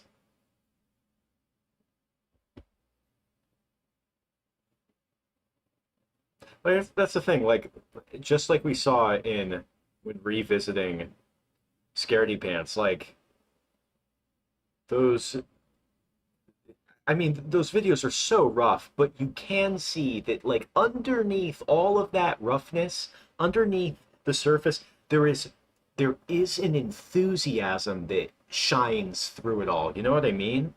Like, I like there were legit parts about that old video that were done better than the version that I made when I was like 18. Yeah, 18.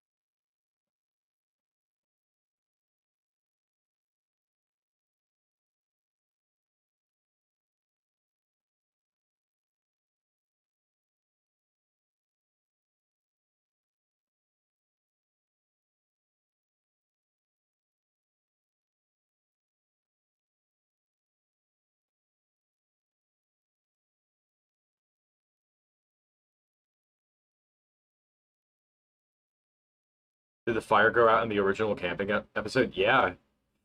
We it was our second stream. We did like a rewatch live commentary, just like watching the original episode so we can see like just so we had a point of reference before embarking, like really getting deep into the remaking territory. Want it to be like a tradition, like, oh yeah, if I remake a video, let's rewatch the original.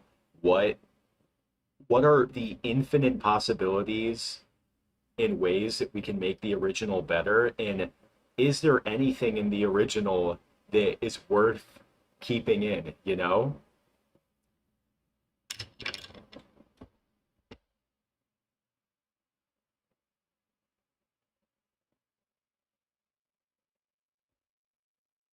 But yeah, video game guy, he suggested keeping in the fire going out at the end when the sea rhinoceros shows up. I just dropped clay like right under my chair. I don't know where the hell it is. I don't want it to get smudged in my clothes.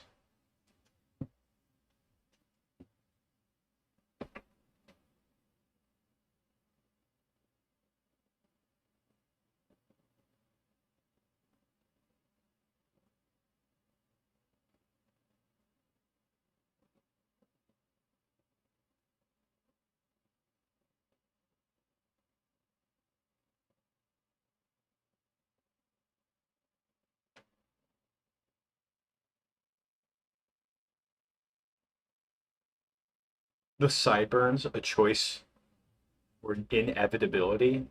I think inevitability is probably the word I would choose. Divine fate. It was bound to happen sooner or later, you know? There was nothing I could do to stop it. Just the more animating I did and the more like basement dwelling I did, it's like they just kind of took on a life of their own. So my sideburns actually speak to me. Like you guys can't hear it because it's like a they speak in such a frequency that only I can hear, but yeah, they speak to me all the time. They never let me sleep. Last night, I'm not kidding, like I legit was having trouble sleeping because of how excited I was to like work on this more.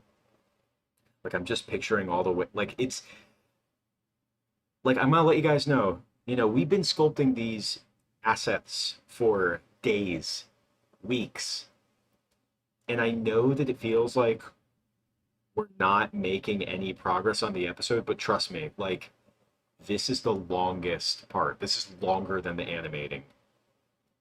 But once you start, like once you get everything made and you put it all on camera, you start filming, you see it all come together, then you will know. And you're going to be like surprised by how quick it is. You're going to be like, wait, that's it? I'm going to be like, yeah.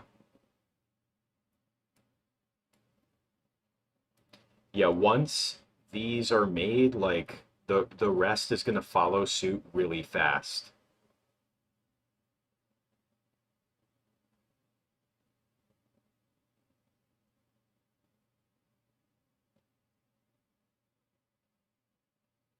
Also, I'm going to be like traveling late next month. I think about 3 weeks, less than 3 weeks at this point. Not traveling for 3 weeks, but like I'm going to be traveling soon, within 3 weeks, and I would prefer to have this done so I'm not thinking about it while I leave, just so I could have like a proper mental reset. But I'm not going to compromise like I won't let it compromise the quality, you know what I mean? If it feels like I'm rushing the project, deadline is fine, but if it feels like I'm rushing it, and then I'll just work on it when I get back.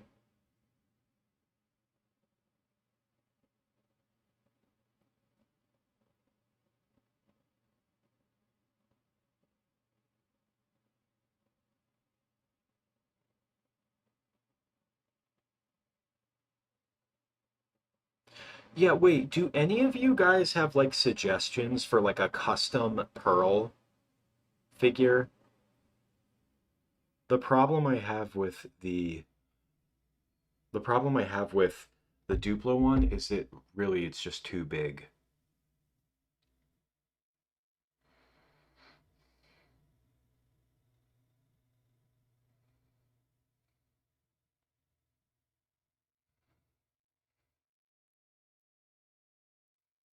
Like it's hard to fit that thing on camera.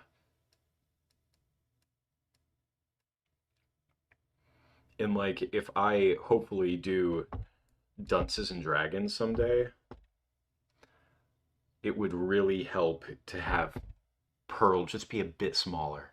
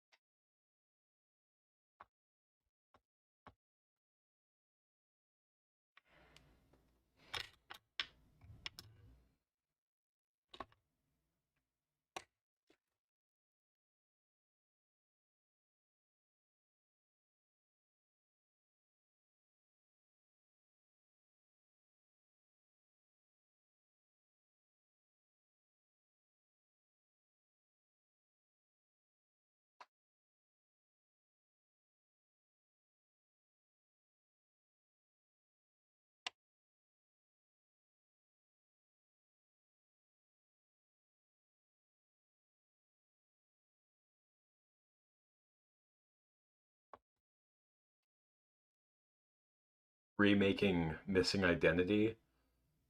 Nah, I mean, I don't dislike that episode, but like I've said before, it's like there's so much like gut instinct that goes to choosing what episode to make next.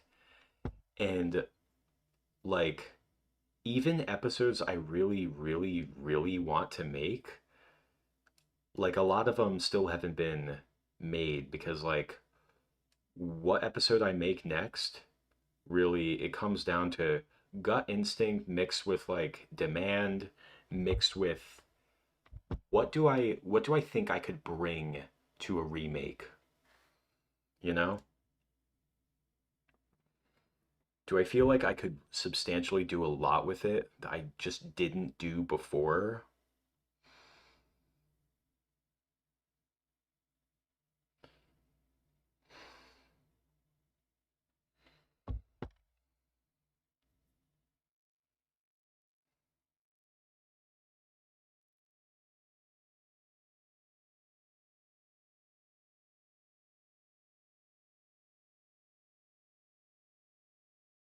Because every time like I choose to make an episode, I'm also choosing not to make an episode. You know what I mean?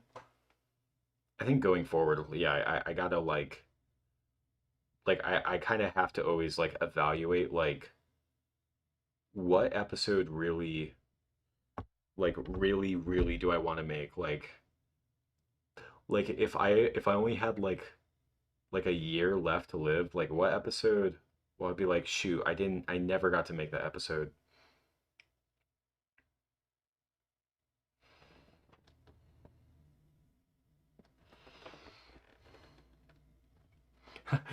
Doesn't this look like Bowser to you?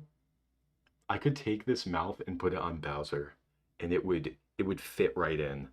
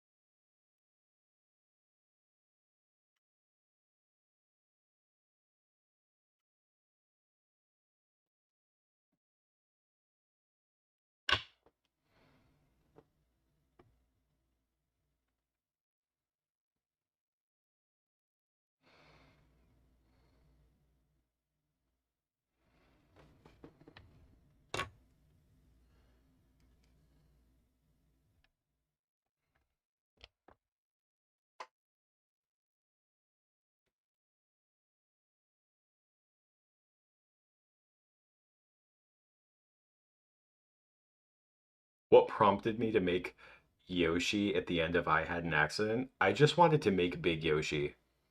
I think that was literally it. I remember I was just looking at him. I'm like, haha, he's silly looking. I should put him in BrickBob films. So I so I did.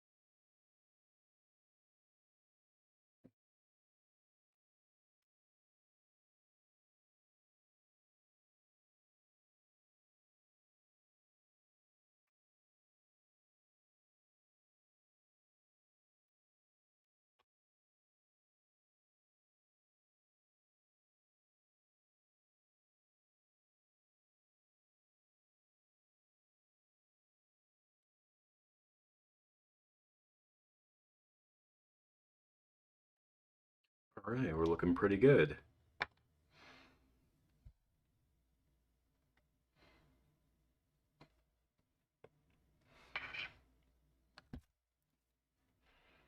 Touch and go at first, but we pulled through.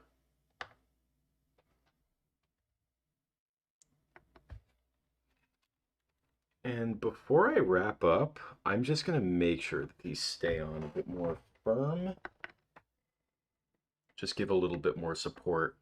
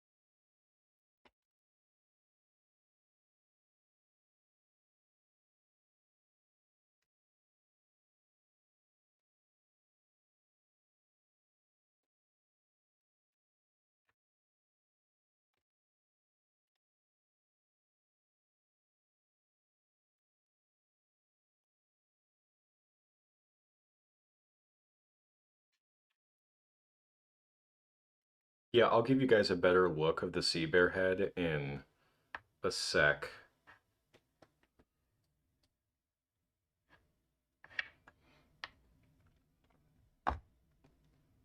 Just making sure that all these mouths like situate right.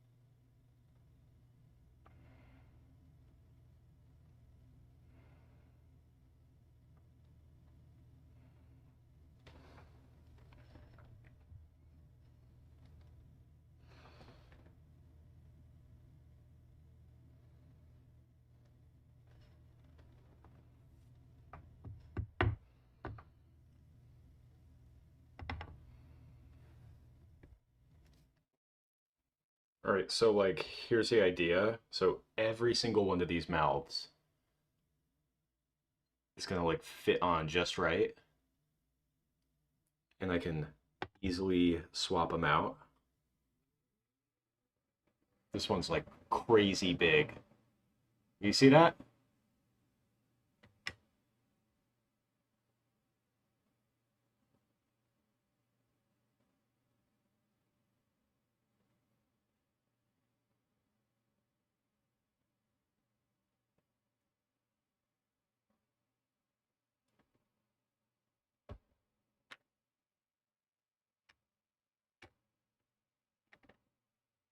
And it'll look very cartoony and fluent.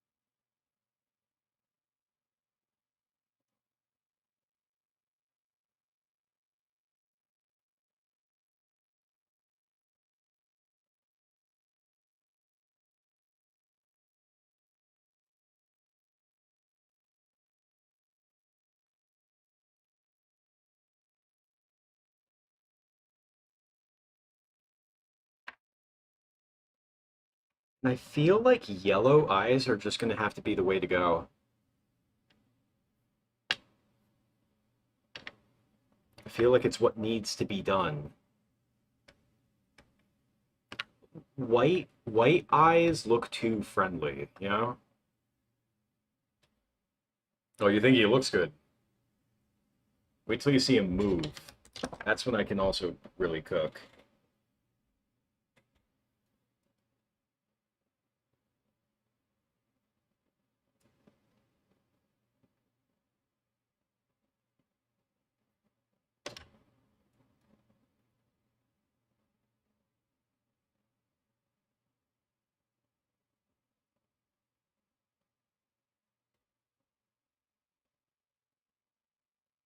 Just gonna make him like a few eyes, you know?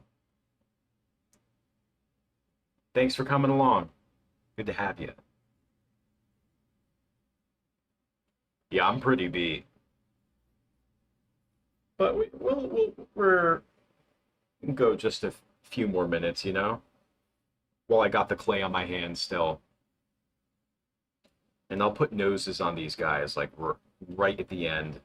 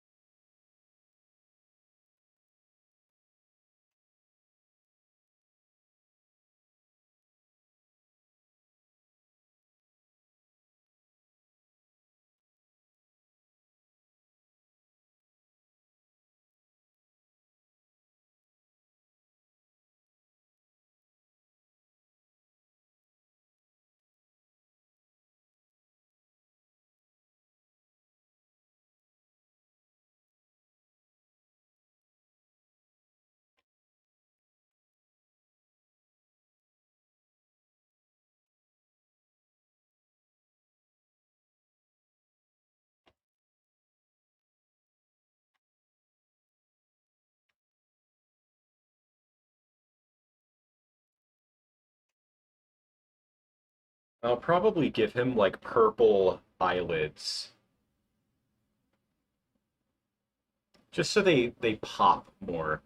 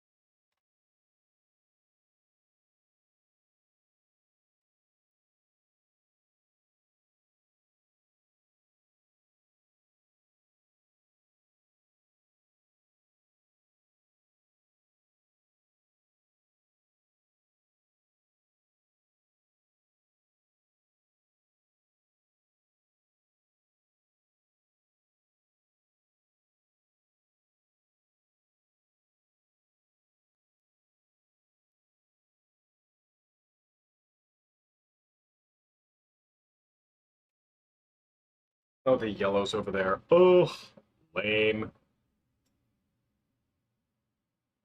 Eh, probably enough work anyway. I mean,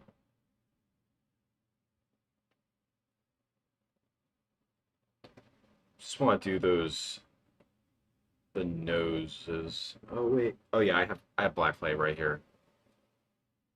I can use the leftovers. Whew. Boy.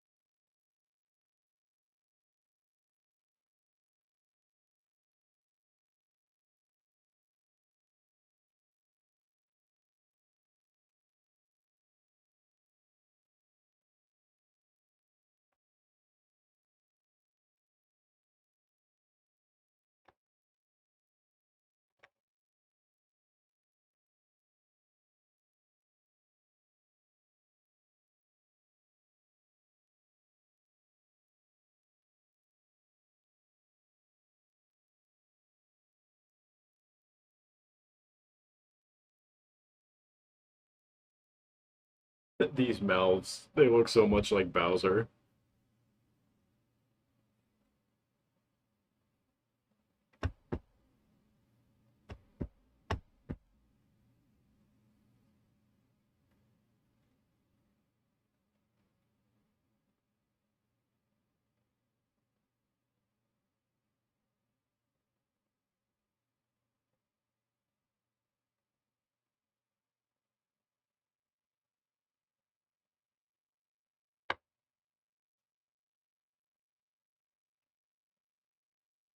All right.